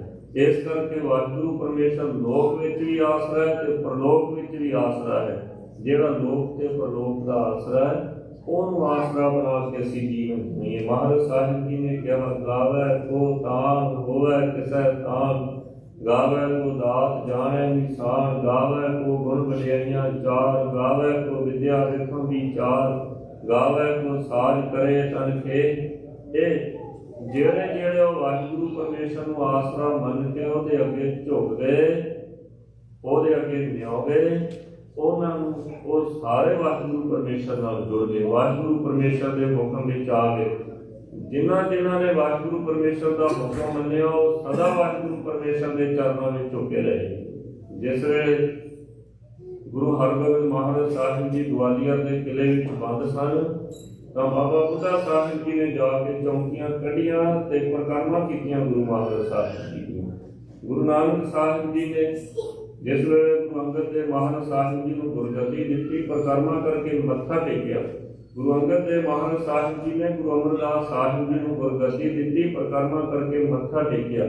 ਸਾਰੇ ਗੁਰੂ ਸਾਹਿਬਾਨ ਜਿਵੇਂ ਜਿਵੇਂ ਗੁਰਗੱਦੀ ਤਿਲਕ ਦਿੰਦੇ ਰਹੇ, ਪਰਿਕਰਮਾ ਕਰਦੇ ਰਹੇ, ਨਮਸਕਾਰ ਕਰਦੇ ਰਹੇ। ਗੁਰੂ ਗੋਬਿੰਦ ਸਿੰਘ ਮਹਾਰਾਜ ਸੱਚੇ ਪਾਤਸ਼ਾਹ ਜੀ ਨੇ ਧੰਨ ਗੁਰੂ ਗ੍ਰੰਥ ਸਾਹਿਬ ਸੱਚੇ ਪਾਤਸ਼ਾਹ ਜੀ ਨੂੰ ਗੁਰਗੱਦੀ ਬਖਸ਼ਿਸ਼ ਕੀਤੀ। 5 ਪੈਸੇ ਨਾਰੀਅਲ ਰੱਖ ਕੇ ਮਹਾਰਾਜ ਸਾਹਿਬ ਜੀ ਨੇ ਮੱਥਾ ਟੇਕਿਆ। ਜਿਸ ਦੇ ਹੁਕਮ ਦੇ ਅੰਦਰ ਜਦੋਂ ਜੀਵ ਆਪਣਾ ਜੀਵਨ ਬਤੀਤ ਕਰਦਾ ਹੈ ਤੇ ਉਹਦੇ ਅੱਗੇ ਝੁਕ ਜਾਂਦਾ ਹੈ। ਹਵਾ ਵਗਦੀ ਗੁਰੂ ਦੇ ਪਰਮੇਸ਼ਰ ਦੇ ਹੁਕਮ ਵਿੱਚ ਹੈ। ਪਾਣੀ ਵਗਦਾ, ਦਰਿਆ ਵਗਦੇ, ਸਮੁੰਦਰ ਵਗਦੇ ਪਰਮੇਸ਼ਰ ਦੇ ਹੁਕਮ ਵਿੱਚ ਭੈ ਵਿੱਚ ਚੱਲ ਰਹੇ ਹਨ, ਨਿਉ ਕੇ ਚੱਲ ਰਹੇ ਹੈ। ਸੂਰਜ ਹੈ, ਚੰਦਰਮਾ ਹੈ, ਧਰਤੀ ਹੈ, ਆਕਾਸ਼ ਹੈ, ਇਹ ਉਹ ਪਰਮੇਸ਼ਰ ਦੇ ਹੁਕਮ ਵਿੱਚ ਨਿਉ ਕੇ ਚੱਲੇ। ਜਿੰਨਾ ਚਿਰ ਕਿਸੇ ਤੇ ਅਗਰ ਕੋਈ ਨੀਵਾ ਨਹੀਂ ਹੁੰਦਾ ਉਹਨਾਂ ਚਿਰ ਉਹਦੇ ਹੁਕਮ ਵਿੱਚ ਵੀ ਨਹੀਂ ਆ ਸਕਦਾ। ਇਸ ਕਰਕੇ ਗੁਰੂ ਦੇ ਅੱਗੇ ਨਿਉਣਾ, ਗੁਰੂ ਦੇ ਨਾਲ ਜੁੜਨਾ ਹੈ। ਜਿੰਨਾ ਚਿਰ ਜੀਵ ਆਪਣਾ ਆਪ ਗੁਰੂ ਨੂੰ ਸਮਰਪਿਤ ਨਹੀਂ ਕਰਦਾ ਉਹਨਾਂ ਚਿਰ ਹੁਕਮ 'ਚ ਨਹੀਂ ਆ ਸਕਦਾ। ਜਿੰਨਾ ਚਿਰ ਹੁਕਮ 'ਚ ਨਹੀਂ ਆਉਂਦਾ ਉਹਨਾਂ ਚਿਰ ਗੁਰੂ ਨਾਲ ਜੁੜ ਨਹੀਂ ਸਕਦਾ। ਗੁਰੂ ਨੂੰ ਜੁੜਨ ਵਾਸਤੇ, ਗੁਰੂ ਨਾਲ ਜੁੜਨ ਵਾਸਤੇ ਸਾਨੂੰ ਗੁਰੂ ਦੇ ਹੁਕਮ ਵਿੱਚ ਆਉਣਾ ਤੇ ਗੁਰੂ ਦੇ ਅੱਗੇ ਨੀਵਾਂ ਹੋਣਾ ਜ਼ਰੂਰੀ ਹੈ। ਅਸੀਂ ਅੰਮ੍ਰਿਤ ਛਕਦੇ ਨਾ, ਪੰਜ ਪਿਆਰੇ ਸਿੰਘਾਂ ਦੇ ਕੋਲ ਉਹ ਪੁੱਛਦੇ ਪਹਿਲਾਂ ਜਦੋਂ ਅੰਮ੍ਰਿਤ ਛਕਣ ਆਉਂਦਾ ਪੁੱਛਦੇ ਵੀ ਜੇ ਕੱਲ ਧਰਮ ਦੀ ਖਾਤਰ ਲੋੜ ਪਈ ਆਪਣਾ ਸੀਸ ਦੇਵੇਂਗਾ ਤੇ ਅਸੀਂ ਕਹਿੰਦੇ ਹਾਂਜੀ ਅਸੀਂ ਆਪਣਾ ਸੀਸ ਦੇਵਾਂਗੇ। ਤੇ ਜਦੋਂ ਅਸੀਂ ਮੰਨ ਲੈਂਦੇ ਕਿ ਆਪਣਾ ਸੀਸ ਦੇਵਾਂਗੇ ਫਿਰ ਸਾਨੂੰ ਅੰਮ੍ਰਿਤ ਦੀ ਦਾਤ ਦਿੰਦੇ ਤੇ ਅੰਮ੍ਰਿਤ ਦੀ ਦਾਤ ਦੇ ਕੇ ਕਹਿ ਦਿੰਦੇ ਕਿ ਅੱਜ ਤੋਂ ਤੇਰਾ ਪਿਤਾ ਗੁਰੂ ਗੋਬਿੰਦ ਸਿੰਘ ਮਹਾਰਾਜ ਸਾਹਿਬ ਜੀ ਹੋਵੇ ਤੇ ਤੂੰ ਗੁਰੂ ਗੋਬਿੰਦ ਸਿੰਘ ਮਹਾਰਾਜ ਸਾਹਿਬ ਜੀ ਦਾ ਪੁੱਤਰ ਬਣ ਗਿਆ। ਜਿਸ ਵੇਲੇ ਅਸੀਂ ਆਪਣਾ ਸਿਰ ਗੁਰੂ ਗੋਬਿੰਦ ਸਿੰਘ ਮਹਾਰਾਜ ਸਾਹਿਬ ਜੀ ਨੂੰ ਬਖਸ਼ਿਸ਼ ਕੀਤਾ, ਗੁਰੂ ਸਾਹਿਬ ਉਸ ਦਿਨ ਤੋਂ ਸਾਡੇ ਪਿਤਾ ਹੋ ਗਏ। ਮਹਾਰਾਜ ਸਾਹਿਬ ਜੀ ਕਹਿੰਦੇ ਹਰ ਜੇਠ ਜੁੜੰਦਾ ਲੋੜੀਆ ਜਿਸ ਅੱਗੇ ਸਭ ਨਿਭਾਨ। ਸਾਨੂੰ ਲੋੜੀਆ ਦਾ ਅਰਥ ਹੁੰਦਾ ਚਾਹੀਦਾ ਹੈ। ਜੇਠ ਦੇ ਮਹੀਨੇ ਦੁਆਰਾ ਸਤਿਗੁਰੂ ਉਪਦੇਸ਼ ਕਰਦੇ ਕਿ ਸਾਨੂੰ ਉਹਦੇ ਨਾਲ ਜੁੜਨਾ ਚਾਹੀਦਾ, ਉੱਥੇ ਜੁੜਨਾ ਚਾਹੀਦਾ ਜਿਸ ਅੱਗੇ ਸਭ ਨਿਭਾਨ। ਜਿਹਦੇ ਅੱਗੇ ਸਾਰੇ ਨਿਭਾਉਂਦੇ। ਇਹ ਨਹੀਂ ਕਿ ਅੱਜ ਕਿਸੇ ਨਾਲ ਜੁੜੀਏ ਤੇ ਕੱਲ ਨੂੰ ਸਾਨੂੰ ਆਪਣੀਆਂ ਲੋੜਾਂ ਉਦੋਂ ਪੂਰੀਆਂ ਨਾ ਹੋਣ, ਸਾਨੂੰ ਟੁੱਟਣਾ ਪੈ ਜਾਵੇ। ਉੱਥੇ ਜੁੜੀਏ ਜਿੱਥੇ ਸਾਨੂੰ ਦੁਬਾਰੇ ਟੁੱਟਣਾ ਨਾ ਪਵੇ, ਸਾਨੂੰ ਮੁੜ ਕੇ ਨਾ ਦੇਖਣਾ ਪਵੇ, ਸਾਨੂੰ ਲੋਕ ਵਿੱਚ ਵੀ ਸਹਾਈ ਰਹੇ ਤੇ ਪਰਲੋਕ ਵਿੱਚ ਵੀ ਸਹਾਈ ਰਹੇ। ਹਰ ਸੱਜਣ ਦਾਵਣ ਲੱਗਿਆ ਕਿਸੇ ਨ ਦੇਈ ਬੰਨ। ਹਾਂ, ਮਹਾਰਾਜ ਸੱਚੇ ਪਾਤਸ਼ਾਹ ਦੇ ਦਾਵਣ ਦਾ ਅਰਥ ਹੁੰਦਾ ਪੱਲਾ। ਜਿਨ੍ਹਾਂ ਨੇ ਹਰੀ ਵਾਹਿਗੁਰੂ ਪਰਮੇਸ਼ਰ ਦਾ ਪੱਲਾ ਫੜ ਲਿਆ, ਹਰ ਸੱਜਣ ਵਾਹਿਗੁਰੂ ਪਰਮੇਸ਼ਰ ਜਿਹੜਾ ਸੱਜਣ ਹੈ ਜਿਨ੍ਹਾਂ ਨੇ ਉਹਦਾ ਪੱਲਾ ਫੜ ਲਿਆ ਕਿਸੇ ਨਾ ਦੇਈ ਬੰਨ, ਫਿਰ ਉਹ ਵਾਹਿਗੁਰੂ ਪਰਮੇਸ਼ਰ ਉਹਨੂੰ ਕਿਸੇ ਦੇ ਅਧੀਨ ਨਹੀਂ ਹੋਣ ਦਿੰਦਾ, ਸੰਸਾਰ ਦੇ ਕੋਈ ਬੰਧਨ ਨਹੀਂ ਪੈਣ ਦਿੰਦਾ। ਗੁਰੂ ਹਰਗੋਬਿੰਦ ਸਾਹਿਬ ਸੱਚੇ ਪਾਤਸ਼ਾਹ ਨੇ ਗਵਾਲੀਅਰ ਦੇ ਕਿਲੇ ਦੇ ਵਿੱਚ ਜਦੋਂ ਅਸੀਂ ਇਹ ਪੜ੍ਹਦੇ ਹਾਂ ਕਿ ਉਹ ਜਿਹੜੇ ਰਾਜੇ ਸੀ ਉਹਨਾਂ ਨੇ ਸਭ ਨੇ ਪੱਲਾ ਫੜ ਕੇ ਉਹ ਆਪਣੀ ਬੰਦ ਖਲਾਸੀ ਕਰਾ ਲਈ ਤਾਂ ਉਹਨਾਂ ਰਾਜਿਆਂ ਨੇ ਇੱਕ ਗੱਲ ਕਹੀ ਮਹਾਰਾਜ ਸਾਹਿਬ ਜੀ ਨੂੰ, ਸਤਿਗੁਰੂ ਸੱਚੇ ਪਾਤਸ਼ਾਹ ਜੇ ਅੱਜ ਤੁਸੀਂ ਸਾਨੂੰ ਆਪਣਾ ਪੱਲਾ ਨਾ ਫੜਾਇਆ, ਸਾਨੂੰ ਬਾਹਰ ਨਾ ਕੱਢਿਆ, ਇਹ ਸਰੀਰ ਮੌਤ ਦੇ ਹਵਾਲੇ ਤਾਂ ਹੋ ਸਕਦਾ ਪਰ ਅਸੀਂ ਆਪਣੇ ਘਰਾਂ ਨੂੰ ਨਹੀਂ ਜਾ ਸਕਦੇ। ਗੁਰੂ ਸਾਹਿਬ ਜੀ ਨੇ ਪੱਲਾ ਫੜਾ ਦਿੱਤਾ। ਪੱਲਾ ਫੜਾ ਕੇ ਸਤਿਗੁਰੂ ਜੀ ਨੇ ਉਹਨਾਂ ਦੀ ਬੰਦ ਖਲਾਸੀ ਕਰਾ ਦਿੱਤੀ ਤੇ ਐਸੀ ਬੰਦ ਖਲਾਸੀ ਕਰਾਈ, ਨਾਲ ਇਹ ਵੀ ਕਿਹਾ ਕਿ ਦੁਬਾਰਾ ਇਹਨਾਂ ਦੇ ਉੱਤੇ ਰਾਜ ਨਹੀਂ ਕਰਨਾ, ਇਹਨਾਂ ਨੂੰ ਅਧੀਨ ਨਹੀਂ ਕਰਨਾ। ਉਸਤਤ ਨਿੰਦਾ ਨਾਨਕ ਜੀ ਮੈਂ ਸਭ ਕੁਝ ਛੋੜਿਆ। ਫਿਰ ਮਹਾਰਾਜ ਸੱਚੇ ਪਾਤਸ਼ਾਹ ਜੀ ਦੇ ਪੱਲੇ ਲੱਗ ਸਕਦਾ ਜੀ ਇਹ ਸੰਸਾਰ ਦੀ ਦਵੈਸ਼, ਚਾਹੇ ਉਸਤਤ ਦੇ ਰੂਪ ਵਿੱਚ ਹੋਵੇ ਚਾਹੇ ਉਹ ਨਿੰਦਿਆ ਦੇ ਰੂਪ ਵਿੱਚ ਹੋਵੇ। ਅਸੀਂ ਕਈ ਵਾਰ ਕਿਸੇ ਆਦਮੀ ਦੀ ਉਸਤਤ ਕਰਦੇ ਇਸ ਕਰਕੇ ਕਿ ਸਾਡੇ ਅੰਦਰ ਉਹਦੀ ਖੁਸ਼ਾਮਦੀ ਦਾ ਅੰਸ਼ ਹੁੰਦਾ ਹੈ। ਅਸੀਂ ਉਹਦੀ ਖੁਸ਼ਾਮਦੀ ਕਰਨੀ ਚਾਹੁੰਦੇ ਇਸ ਕਰਕੇ ਉਹਦੀ ਉਸਤਤ ਵਿੱਚ ਲੱਗੇ, ਪਰ ਸਾਨੂੰ ਇਹ ਨਹੀਂ ਪਤਾ ਕਿਸੇ ਮਨੁੱਖ ਦੀ ਉਸਤਤ ਕਰਨ ਦੇ ਨਾਲ ਸਾਨੂੰ ਕੁਝ ਵੀ ਨਹੀਂ ਮਿਲਦਾ। ਜੋ ਮਿਲੂਗਾ ਗੁਰੂ ਦੀ ਉਸਤਤ ਕਰਨ ਦੇ ਨਾਲ ਮਿਲੇਗਾ। ਮਹਾਰਾਜ ਕਹਿੰਦੇ ਹਰ ਸੱਜਣ ਦਾਵਣ ਲੱਗਿਆ, ਹਰੀ ਵਾਹਿਗੁਰੂ ਪਰਮੇਸ਼ਰ ਦਾ ਸੱਜਣ ਦਾ ਜਿਨ੍ਹਾਂ ਨੇ ਪੱਲਾ ਫੜ ਲਿਆ ਉਹ ਫਿਰ ਦੁਬਾਰਾ ਇਹਨੂੰ ਕਦੇ ਵੀ ਕਿਸੇ ਦੇ ਅਧੀਨ ਨਹੀਂ ਹੋਣ ਦਿੰਦਾ। ਇਹ ਸਰੀਰ ਵੀ ਇੱਕ ਕਿਲਾ ਹੈ, ਬੇਅੰਤ ਕਿਲਿਆਂ ਦੇ ਵਿੱਚ ਇਹ ਜੀਵ ਰਹਿੰਦਾ ਹੈ। ਜਿੰਨੇ ਵੀ ਸਰੀਰ ਨੂੰ ਚਾਹੇ 84 ਲੱਖ ਜੂਨ ਦੇ ਮਿਲੇ, ਚਾਹੇ ਮਨੁੱਖਾ ਸਰੀਰ ਮਿਲਿਆ, ਇਹ ਸਰੀਰ ਇੱਕ ਕਿਲਾ ਹੈ। ਇਹ ਕਿਲੇ ਦੇ ਵਿੱਚ ਰਹਿੰਦਾ ਹੋਇਆ ਜੀਵ ਇਹ ਆਜ਼ਾਦ ਹੋਣਾ ਚਾਹੁੰਦਾ ਨਹੀਂ ਚਾਹੁੰਦਾ ਸਾਨੂੰ ਸੋਝੀ ਹੈ। ਅਸੀਂ ਵੀ ਚਾਹੁੰਦੇ ਹਾਂ ਕਿ ਅਸੀਂ ਐਸੇ ਵਾਹਿਗੁਰੂ ਪਰਮੇਸ਼ਰ ਦਾ ਪੱਲਾ ਫੜੀਏ ਕਿ ਸਦਾ ਵਾਸਤੇ ਅਸੀਂ ਇਹ ਕਿਲਿਆਂ ਤੋਂ ਛੁੱਟ ਜਾਈਏ, ਬੰਦ ਖਲਾਸੀ ਹੋ ਜਾਵੇ ਸਾਡੀ। ਕਿਉਂ? ਸਰੀਰ ਦਾ ਧਰਮ ਹੈ ਜੰਮਣਾ ਤੇ ਮਰਨਾ, ਆਤਮਾ ਦਾ ਧਰਮ ਹੈ ਆਉਣਾ ਤੇ ਜਾਣਾ। ਜਿੰਨਾ ਚਿਰ ਸਾਡਾ ਸਦਾ ਵਾਸਤੇ ਖੜਾ ਨਾ ਛੁੱਟਿਆ, ਉਹਨਾਂ ਚਿਰ ਸਰੀਰ ਵਿੱਚ ਆਉਂਦੇ ਜਾਂਦੇ ਵੀ ਰਵਾਂਗੇ ਤੇ ਇਹ ਸਰੀਰ ਜੰਮਦਾ ਮਰਦਾ ਵੀ ਰਹੇਗਾ। ਸਾਨੂੰ ਜੰਮਣ ਦੀ ਤਕਲੀਫ ਦੁੱਖ ਵੀ ਹਮੇਸ਼ਾ ਸਹਿਣਾ ਪਵੇਗਾ ਤੇ ਮਰਨ ਦਾ ਦੁੱਖ ਵੀ ਸਾਨੂੰ ਸਹਿਣਾ ਪਵੇਗਾ।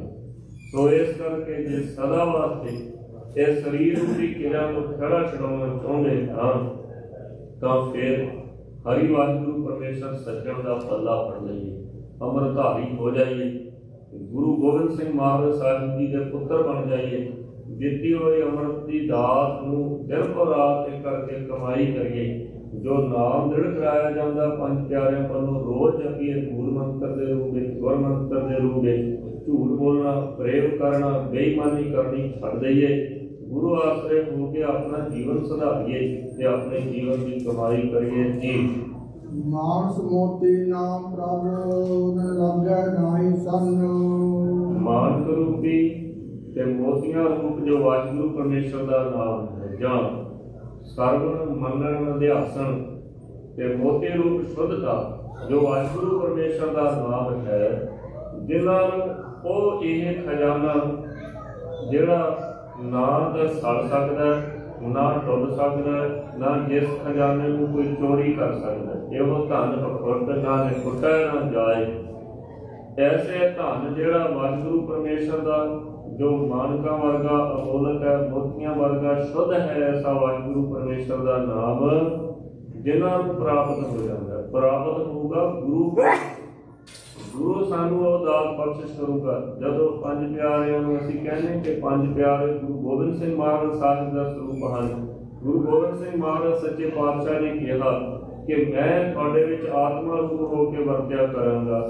ਜਿਸ ਦਿਨ ਅੰਮ੍ਰਿਤ ਦੀ ਦਾਤ ਤੁਸੀਂ ਬਖਸ਼ਿਸ਼ ਕਰਿਆ ਕਰੋਗੇ ਤਾਂ ਉਹ ਬਖਸ਼ਿਆ ਹੋਇਆ ਨਾਮ ਜੋ ਗੁਰੂ ਰੂਪ ਹੋ ਕੇ ਸਾਨੂੰ ਪ੍ਰਾਪਤ ਹੋਇਆ, ਮਹਾਰਾਜ ਕਹਿੰਦੇ ਜਿਹਨੂੰ ਉਹ ਪ੍ਰਾਪਤ ਹੋ ਜਾਂਦਾ ਨਾਮ, ਉਹਨੂੰ ਲੱਗਿਆ ਨਾਮ ਹੀ ਸੰਨ। ਉਹਨਾਂ ਨੂੰ ਫਿਰ ਕਾਮ, ਕ੍ਰੋਧ, ਲੋਭ, ਹੰਕਾਰ ਇਹ ਐਸੇ ਨਾਮ ਰੂਪੀ ਧਨ ਨੂੰ ਸੰਨ ਨਹੀਂ ਲਾ ਸਕਦੇ। ਇਹ ਐਸੇ ਜਿਹੜੇ ਚੋਰ ਹੈ ਇਹਨੂੰ ਠੱਗ ਨਹੀਂ ਸਕਦੇ, ਐਸੇ ਜਿਹੜੇ ਚੋਰ ਹੈ ਇਹਨੂੰ ਲੁੱਟ ਨਹੀਂ ਸਕਦੇ ਹਨ। ਰੰਗ ਸਭੇ ਨਾਰਾਇਣ ਜੀਤੇ ਮਨ ਪਾਵਨ। ਹਾਂ, ਵਾਹਿਗੁਰੂ ਪਰਮੇਸ਼ਰ ਦੇ ਨਾਮ ਦੇ ਜਿਹੜੇ ਰੰਗ ਹੈ ਉਹ ਵਾਹਿਗੁਰੂ ਪਰਮੇਸ਼ਰ ਦੇ ਰੰਗ ਹਨ। ਜਿਤਨੇ ਵੀ ਰੱਬ ਦੇ ਪਿਆਰਿਆਂ ਦੇ ਮਨ ਭਾਉਂਦੇ ਹੈ ਜਾਂ ਜਿਤੇ ਮਨ ਭਾਵਨ, ਵਾਹਿਗੁਰੂ ਪਰਮੇਸ਼ਰ ਜਦੋਂ ਇਹ ਜੀਵ ਤੇ ਰਹਿਮਤ ਵਰਤਾ ਦਿੰਦਾ ਹੈ, ਕਲਾ ਵਰਤਾ ਦਿੰਦਾ ਹੈ, ਇਹ ਸਾਰੇ ਸੰਸਾਰ ਦੇ ਰੰਗ ਜੋ ਜਗ ਸੱਚੇ ਕੀ ਹੈ ਕੋਠੜੀ, ਸੱਚੇ ਕਾ ਵਿਸ਼ਵਾਸ। ਇੱਕ ਨਾ ਹੁਕਮ ਸਮਾਇ ਲੈ, ਇੱਕ ਨਾ ਹੁਕਮੇ ਕਰੇ ਵਿਨਾਸ਼, ਇੱਕ ਨਾ ਭਾਣੇ ਕੱਢ ਲੈ, ਇੱਕ ਨਾ ਮਾਇਆ ਵਿੱਚ ਨਿਵਾਸ। ਇਹ ਸਾਰੇ ਰੰਗ ਜਿਹੜੇ ਹੈ ਉਹਨਾਂ ਨੂੰ ਰੱਬ ਦੇ ਪਿਆਰਿਆਂ ਨੂੰ ਸਾਰੇ ਪਰਮੇਸ਼ਰ ਦੇ ਰੰਗ ਭਾਉਣ ਲੱਗ ਜਾਂਦੇ, ਉਹਨਾਂ ਨੂੰ ਚੰਗੇ ਲੱਗਣ ਲੱਗ ਜਾਂਦੇ ਹਨ। ਜੋ ਹਰ ਲੋੜੇ ਸੋ ਕਰੇ ਸੋਈ ਜੀ ਕਰਨ। ਉਹ ਵਾਹਿਗੁਰੂ ਪਰਮੇਸ਼ਰ ਕਿਸੇ ਦਾ ਜੋਰ ਨਹੀਂ, ਜੋਰ ਨਾ ਮੰਗਣ ਦੇਵ ਨਾ ਜੋਰ, ਜੋਰ ਨਾ ਜੀਵਨ ਮਰਨ ਨਹੀਂ ਜੋਰ, ਜੋਰ ਨਾ ਰਾਜ ਮਾਲ ਮਨ ਸੋਰ, ਜੋਰ ਨਾ ਸੁਰਤੀ ਗਿਆਨ ਵਿਚਾਰ, ਜੋਰ ਨਾ ਜੁਗਤੀ ਛੁਟੈ ਸੰਸਾਰ। ਜਿਸ ਹੱਥ ਜੋਰ ਕਰ ਵੇਖੈ ਸੋਈ। ਉਹ ਸਾਰਾ ਕੁਛ ਇਹ ਸੰਸਾਰ ਦਾ ਵਾਹਿਗੁਰੂ ਪਰਮੇਸ਼ਰ ਦੇ ਹੱਥ ਵਿੱਚ ਹੈ। ਜੋ ਹਰ ਲੋੜੇ, ਜੋ ਵਾਹਿਗੁਰੂ ਪਰਮੇਸ਼ਰ ਚਾਹੁੰਦਾ ਹੈ ਸੋਈ ਸੋ ਕਰੇ, ਸੋਈ ਜੀ ਕਰਨ। ਇਹ ਸਾਰੇ ਜੀਵ ਉਵੇਂ ਜਿਵੇਂ ਕਰਦੇ ਆ, ਜੋ ਵਾਹਿਗੁਰੂ ਪਰਮੇਸ਼ਰ ਜੋ ਚਾਹੁੰਦਾ ਉਹੀ ਜੀਵਾਂ ਤੋਂ ਕਰਾਉਂਦਾ। ਇਹ ਜੀਵ ਆਪਣੀ ਮਰਜ਼ੀ ਨਹੀਂ ਕਰ ਸਕਦਾ। ਸਾਡੇ ਅੰਦਰ ਭਰਮ ਹੈ, ਇਸ ਭਰਮ ਦੇ ਵਿੱਚ ਹੀ ਅਸੀਂ ਆਪਣਾ ਜਨਮ ਹਾਰ ਜਾਂਦੇ ਹਾਂ ਕਿ ਜੋ ਅਸੀਂ ਕਰਦੇ ਉਹ ਹੋ ਰਿਹਾ ਨਹੀਂ, ਜੋ ਵਾਹਿਗੁਰੂ ਪਰਮੇਸ਼ਰ ਕਰਾ ਰਿਹਾ ਉਹ ਕਰ ਰਹੇ ਹਾਂ। ਬਸ ਸਾਡੇ ਅੰਦਰ ਚੰਗੇ ਮੰਦੇ ਦੀ ਸੋਝੀ ਹੈ। ਜੇ ਸੋਝੀ ਅਨੁਸਾਰ ਅਸੀਂ ਆਪਣਾ ਜੀਵਨ ਜਿਉਂਦੇ। ਕਈ ਵਾਰੀ ਅਸੀਂ ਬਹਾਨਾ ਭਾਲ ਲੈਂਦੇ ਕਿ ਜੋ ਪਰਮੇਸ਼ਰ ਕਰਦਾ ਉਹੀ ਕਰਦੇ। ਨਹੀਂ, ਸਾਨੂੰ ਪਤਾ ਨਾ ਕਿ ਅੱਗ ਕੀ ਹੁੰਦੀ ਤੇ ਠੰਡਾ ਪਾਣੀ ਕੀ ਹੁੰਦਾ। ਸਾਨੂੰ ਇਹ ਵੀ ਪਤਾ ਗਰੀਬੀ ਕੀ ਹੁੰਦੀ, ਅਮੀਰੀ ਕੀ ਹੁੰਦੀ। ਸਾਨੂੰ ਇਹ ਵੀ ਪਤਾ ਹੈ ਵਸਤੂ ਮੇਰੇ ਸਰੀਰ ਨੂੰ ਖਰਾਬ ਕਰੂ, ਇਹ ਮੈਨੂੰ ਲਾਭ ਪਹੁੰਚਾਊ। ਜਦੋਂ ਇਹ ਸੋਝੀ ਹੈ ਫਿਰ ਸਾਨੂੰ ਇਹ ਵੀ ਸੋਝੀ ਹੋਣੀ ਚਾਹੀਦੀ ਕਿ ਜੀਵਨ ਨੂੰ ਖਰਾਬ ਕਰਨ ਵਾਲੀ ਤੇ ਜੀਵਨ ਨੂੰ ਸਵਾਰਨ ਵਾਲੀ ਵਸਤੂ ਕੀ ਹੈ। ਜੋ ਵਾਹਿਗੁਰੂ ਪਰਮੇਸ਼ਰ ਹੁਕਮ ਕਰਦਾ ਇਹ ਸਾਰੇ ਜੀਵ ਉਵੇਂ ਚੱਲਦੇ ਹਨ। ਜੋ ਪ੍ਰਭ ਕੀਤੇ ਆਪਣੇ ਸਹੀ ਕਹੀਐ ਧੰਨ। ਹਾਂ, ਇਹ ਗੱਲ ਜ਼ਰੂਰੀ ਹੈ। ਉਹ ਜੀ ਪੰਜ ਪਰਵਾਨ ਪੰਜ ਪ੍ਰਧਾਨ ਪੰਚੇ ਪਾਵਨ ਦਰਗਹਿ ਮਾਨ। ਫੇ ਧੰਨ ਧੰਨ ਧੰਨ ਜਨ ਆਇਆ ਇਹ ਪ੍ਰਸਾਦ ਸਭ ਜਗਤ ਤਰਾਇਆ। ਜਨ ਆਵਨ ਕਾ ਇਹ ਸੁਆਉ ਜਨ ਕੈ ਸੰਗ ਚਿਤ ਆਵੈ ਨਾਉ। ਆਪ ਮੁਕਤ ਮੁਕਤ ਕਰੈ ਸੰਸਾਰ ਨਾਨਕ ਤਿਸ ਜਨ ਕੋ ਸਦਾ ਨਮਸਕਾਰ। ਜਿਨ ਜਿਨ ਨਾਮ ਧਿਆਇਆ ਤਿਨ ਕੇ ਕਾਜ ਸਰੇ। ਹਰ ਘਰ ਪੂਰਾ ਆਰਾਧਿਆ ਦਰਗਹਿ ਸਚ ਧਰੇ। ਰੇ ਰੇ ਦਰਗਹਿ ਕਹੈ ਨਾ ਕਉ ਆਓ ਬੈਠ ਆਦਰ ਸੁਣ ਦਿਓ। ਮਹਾਰਾਜ ਕਹਿੰਦੇ ਸਹੀ ਕਹੀਐ ਧੰਨ ਜੋ ਪ੍ਰਭ ਕੀਤੇ ਆਪਣੇ। ਜਿਨ੍ਹਾਂ ਨੂੰ ਵਾਹਿਗੁਰੂ ਪਰਮੇਸ਼ਰ ਨੇ ਆਪਣਾ ਬਣਾ ਲਿਆ, ਜਿਹੜੇ ਵਾਹਿਗੁਰੂ ਪਰਮੇਸ਼ਰ ਦੇ ਬਣ ਗਏ, ਸਹੀ ਕਹੀਐ ਧੰਨ। ਉਹਨਾਂ ਨੂੰ ਧੰਨ ਕਿਹਾ ਜਾਂਦਾ। ਉਹ ਧੰਨਤਾ ਦੇ ਯੋਗ ਹਨ। ਆਪਨ ਲਿਆ ਜਿਵੇਂ ਲੈ ਵਿਛੜ ਪਿਓਰੋ ਬਨ। ਹਾਂ, ਜੇ ਕੋਈ ਕਹੇ ਕਿ ਆਪਣੇ ਆਪ ਮੈਂ ਵਾਹਿਗੁਰੂ ਪਰਮੇਸ਼ਰ ਨਾਲ ਮਿਲ ਜਾਵਾਂ ਜਾਂ ਆਪਣੀ ਤਾਕਤ ਨਾਲ, ਆਪਣੀ ਸਿਆਣਪ ਨਾਲ, ਆਪਣੇ ਗਿਆਨ ਨਾਲ, ਆਪਣੀ ਸੋਝੀ ਨਾਲ, ਨਹੀਂ। ਜੇ ਆਪਣੇ ਆਪ ਵਾਹਿਗੁਰੂ ਪਰਮੇਸ਼ਰ ਨਾਲ, ਆਪਣੇ ਗਿਆਨ ਨਾਲ, ਆਪਣੀ ਚਲਾਕੀ ਨਾਲ, ਆਪਣੀ ਫਿਰ ਜਿੰਨਾ ਵੀ ਸੰਸਾਰ ਦਾ ਇਹਦੇ ਕੋਲ ਚਤੁਰਾਈ ਆ ਉਹਦੇ ਨਾਲ ਮਿਲਿਆ ਜਾਂਦਾ ਹੋਵੇ ਤਾਂ ਫਿਰ ਜਿਹੜੇ ਆ ਵਿਛੜ ਕੇ ਰੋਂਦੇ ਫਿਰਦੇ ਆ ਰੋਣ। ਆਪਣੇ ਆਪ ਵਾਹਿਗੁਰੂ ਪਰਮੇਸ਼ਰ ਨਾਲ, ਆਪਣੀ ਸਿਆਣਪ ਅਕਲ ਚਤੁਰਾਈ ਨਾਲ ਨਹੀਂ ਮਿਲਿਆ ਜਾ ਸਕਦਾ ਜੀ। ਸਾਧੂ ਸੰਗ ਪ੍ਰਾਪਤੇ ਨਾਨਕ ਰੰਗ ਮਾਣਨ। ਵਾਹਿਗੁਰੂ ਪਰਮੇਸ਼ਰ ਦੇ ਜਿਹੜੇ ਪਿਆਰੇ ਆ ਉਹਨਾਂ ਦੇ ਕੋਲ ਜਾ ਕੇ ਉਹਨਾਂ ਦੀ ਸੰਗਤ ਕਰਕੇ ਜਾਂ ਸਾਧੂ ਸੰਗ ਸਤਿਗੁਰੂ ਦੀ ਹਜ਼ੂਰੀ ਵਿੱਚ ਬੈਠ ਕੇ ਪ੍ਰਾਪਤੇ ਗੁਰੂ ਦੇ ਨਾਮ ਦੀ ਪ੍ਰਾਪਤੀ ਹੁੰਦੀ, ਗੁਰੂ ਦੀ ਖੁਸ਼ੀ ਦੀ ਪ੍ਰਾਪਤੀ ਹੁੰਦੀ ਹੈ। ਤੇ ਫਿਰ ਵਾਹਿਗੁਰੂ ਪਰਮੇਸ਼ਰ ਦੇ ਰੰਗ ਮਾਣਨ ਦਾ ਅਹਿਸਾਸ ਹੁੰਦਾ, ਉਹਦੇ ਰੰਗ ਮਾਣੇ ਜਾ ਸਕਦੇ ਹਨ। ਹਰ ਜੇਠ ਗੇਲਾ ਦਿਨ ਕਣੀ ਜਿਸ ਕਾ ਭਾਗ ਤਨੋ। ਕਹਿਣ ਲੱਗੇ ਜੇਠ ਦਾ ਮਹੀਨਾ ਉਹਨਾਂ ਵਾਸਤੇ ਸੋਭਨੀਕ ਹੈ। ਉਹ ਮਾਲਕ ਧਣੀ ਜਿਹੜਾ ਮਾਲਕ ਵਾਹਿਗੁਰੂ ਪਰਮੇਸ਼ਰ ਹੈ, ਉਹਦੇ ਚਰਨਾਂ ਦੀ ਸੋਭ ਉਹਨਾਂ ਨੂੰ ਪ੍ਰਾਪਤ ਹੁੰਦੀ ਹੈ ਜਿਨ੍ਹਾਂ ਦੇ ਮੱਥੇ ਦੇ ਭਾਗ ਚੰਗੇ ਹਨ, ਜਿਨ੍ਹਾਂ ਦੇ ਮੱਥੇ ਦੇ ਭਾਗ ਸੁਹਾਵਣੇ ਹਨ, ਜਿਹੜੇ ਚੰਗੇ ਭਾਗਾਂ ਵਾਲੇ ਵੱਡੇ ਭਾਗਾਂ ਵਾਲੇ ਹਨ। ਉਹ ਮਾਲਕ ਦੇ ਚਰਨਾਂ ਦੀ ਸੋਭ, ਉਹਦੇ ਨਾਮ ਦਾ ਰੰਗ, ਉਹਦੇ ਨਾਮ ਦਾ ਰਸ, ਉਹਦੇ ਚਰਨਾਂ ਦਾ ਉਪਦੇਸ਼ ਉਹਨਾਂ ਨੂੰ ਪ੍ਰਾਪਤ ਹੁੰਦਾ ਹੈ ਜਿਨ੍ਹਾਂ ਨੂੰ ਵਾਹਿਗੁਰੂ ਪਰਮੇਸ਼ਰ ਚੰਗੇ ਭਾਗਾਂ ਦੀ ਦਾਤ ਬਖਸ਼ਿਸ਼ ਕਰ ਦਿੰਦਾ ਹੈ, ਜਿਨ੍ਹਾਂ ਦੇ ਮੱਥੇ ਦੇ ਭਾਗ ਚੰਗੇ ਹੋ ਜਾਂਦੇ ਹਨ, ਜਿਨ੍ਹਾਂ ਨੇ ਸਤਿਗੁਰੂ ਦੇ ਚਰਨਾਂ ਵਿੱਚ ਆਪਣਾ ਆਪ ਨਿਸ਼ਾਵਰ ਕਰ ਦਿੱਤਾ ਹੈ, ਜਿਨ੍ਹਾਂ ਨੇ ਸਤਿਗੁਰੂ ਦੇ ਚਰਨਾਂ 'ਚ ਆਪਣਾ ਆਪ ਵਾਰ ਦਿੱਤਾ ਹੈ, ਉਹ ਚੰਗੇ ਭਾਗਾਂ ਵਾਲੇ ਹਨ। ਸਤਿਗੁਰੂ ਉਹਨਾਂ ਨੂੰ ਦਾਤ ਬਖਸ਼ਦਾ ਆਪਣੀ ਹਜ਼ੂਰੀ ਵਿੱਚ ਬੈਠਣ ਦੀ। ਸਤਿਗੁਰੂ ਉਹਨਾਂ ਨੂੰ ਦਾਤ ਬਖਸ਼ਦਾ ਕੀਰਤਨ ਕਰਤਾ ਗੁਰਬਾਣੀ ਸੁਣਨ ਦੀ। ਫਿਰ ਉਹਨਾਂ ਨੂੰ ਦਾਤ ਬਖਸ਼ਦਾ ਸੇਵਾ ਕਰਨ ਦੀ। ਉਹਨਾਂ ਨੂੰ ਦਾਤ ਬਖਸ਼ਦਾ ਅੰਮ੍ਰਿਤ ਵੇਲੇ ਉੱਠਣ ਦੀ, ਬਾਣੀ ਪੜ੍ਹਨ ਦੀ, ਸ਼ਾਮ ਨੂੰ ਰਹਿਰਾਸ ਸਾਹਿਬ ਜੀ ਦੀ ਬਾਣੀ ਪੜ੍ਹਨੀ, ਕੀਰਤਨ ਸੋਲਾ ਪੜ੍ਹਨਾ, ਸਦਾ ਗੁਰੂ ਚਰਨਾਂ ਵਿੱਚ ਰਹਿਣਾ, ਸੰਸਾਰ ਦੀਆਂ ਭੈੜੀਆਂ ਨਾਮਕਾਂ ਤੋਂ ਬਚ ਕੇ ਰਹਿਣਾ, ਝੂਠ ਨਾ ਬੋਲਣਾ, ਸਦਾ ਖਿਆਲ ਰੱਖਣਾ ਕਿ ਗੁਰੂ ਹਜ਼ੂਰੀ ਵਿੱਚ ਕਦੇ ਅਸੀਂ ਦੋਸ਼ੀ ਨਾ ਹੋ ਜਾਈਏ, ਆਪਣੇ ਆਪ ਨੂੰ ਦੋਸ਼ ਰਹਿ ਕੇ ਜੀਵਨ ਬਤੀਤ ਕਰਨਾ। ਗੁਰੂ ਫਿਰ ਉਹਨਾਂ ਤੇ ਰਹਿਮ ਕਰ ਦਿੰਦਾ। ਸਤਿਗੁਰੂ ਮਹਾਰਾਜ ਸੱਚੇ ਪਾਤਸ਼ਾਹ ਦਇਆ ਕਰਨ। ਸਤਿਗੁਰੂ ਜੀ ਦਾ ਪਾਵਨ ਉਪਦੇਸ਼ ਸਾਡੇ ਹਿਰਦੇ ਵਿੱਚ ਵਸੇ, ਜਿਸ ਕਰਕੇ ਲੋਕ ਸੁਖੀ ਪਰਲੋਕ ਸੇ ਹੁੰਦੇ ਹੋਈਆਂ ਬਿਆਨ ਭੁੱਲਾਂ ਦੀ ਮਾਫੀ ਬਖਸ਼ਣੀ ਦਿਓ। ਪ੍ਰਬੰਧਕਾਂ ਵੱਲੋਂ ਇਹ ਖਾਸ ਬੇਨਤੀ ਹੈ ਸੰਗਤ ਦੇ ਕਾਰਨ ਕਿ ਗੁਰੂ ਘਰ ਨਵਾਂ ਜੋ ਬਣਨਾ ਹੈ ਸਾਹਮਣੇ, ਉਹਦੇ ਵਾਸਤੇ ਜਿਹੜੇ ਯਤਨ ਪ੍ਰਯਤਨ ਹੋ ਰਹੇ ਹੈ, ਸਾਰੀ ਸੰਗਤ ਤਕੜੇ ਹੋ ਕੇ ਉਹਦੇ ਵਿੱਚ ਸਹਿਯੋਗ ਦੇਵੇ ਤਾਂ ਕਿ ਸਾਰੀ ਸੰਗਤ ਦੇ ਸਹੂਲਤ ਵਾਸਤੇ ਸਤਿਗੁਰੂ ਰਹਿਮ ਕਰਕੇ ਕਾਰਜ ਹੋਈਆਂ ਬਿਆਨ ਭੁੱਲਾਂ ਦੀ ਮਾਫੀ ਬਖਸ਼ਣੀ ਦਿਓ। ਵਾਹਿਗੁਰੂ ਜੀ ਕਾ ਖਾਲਸਾ ਵਾਹਿਗੁਰੂ।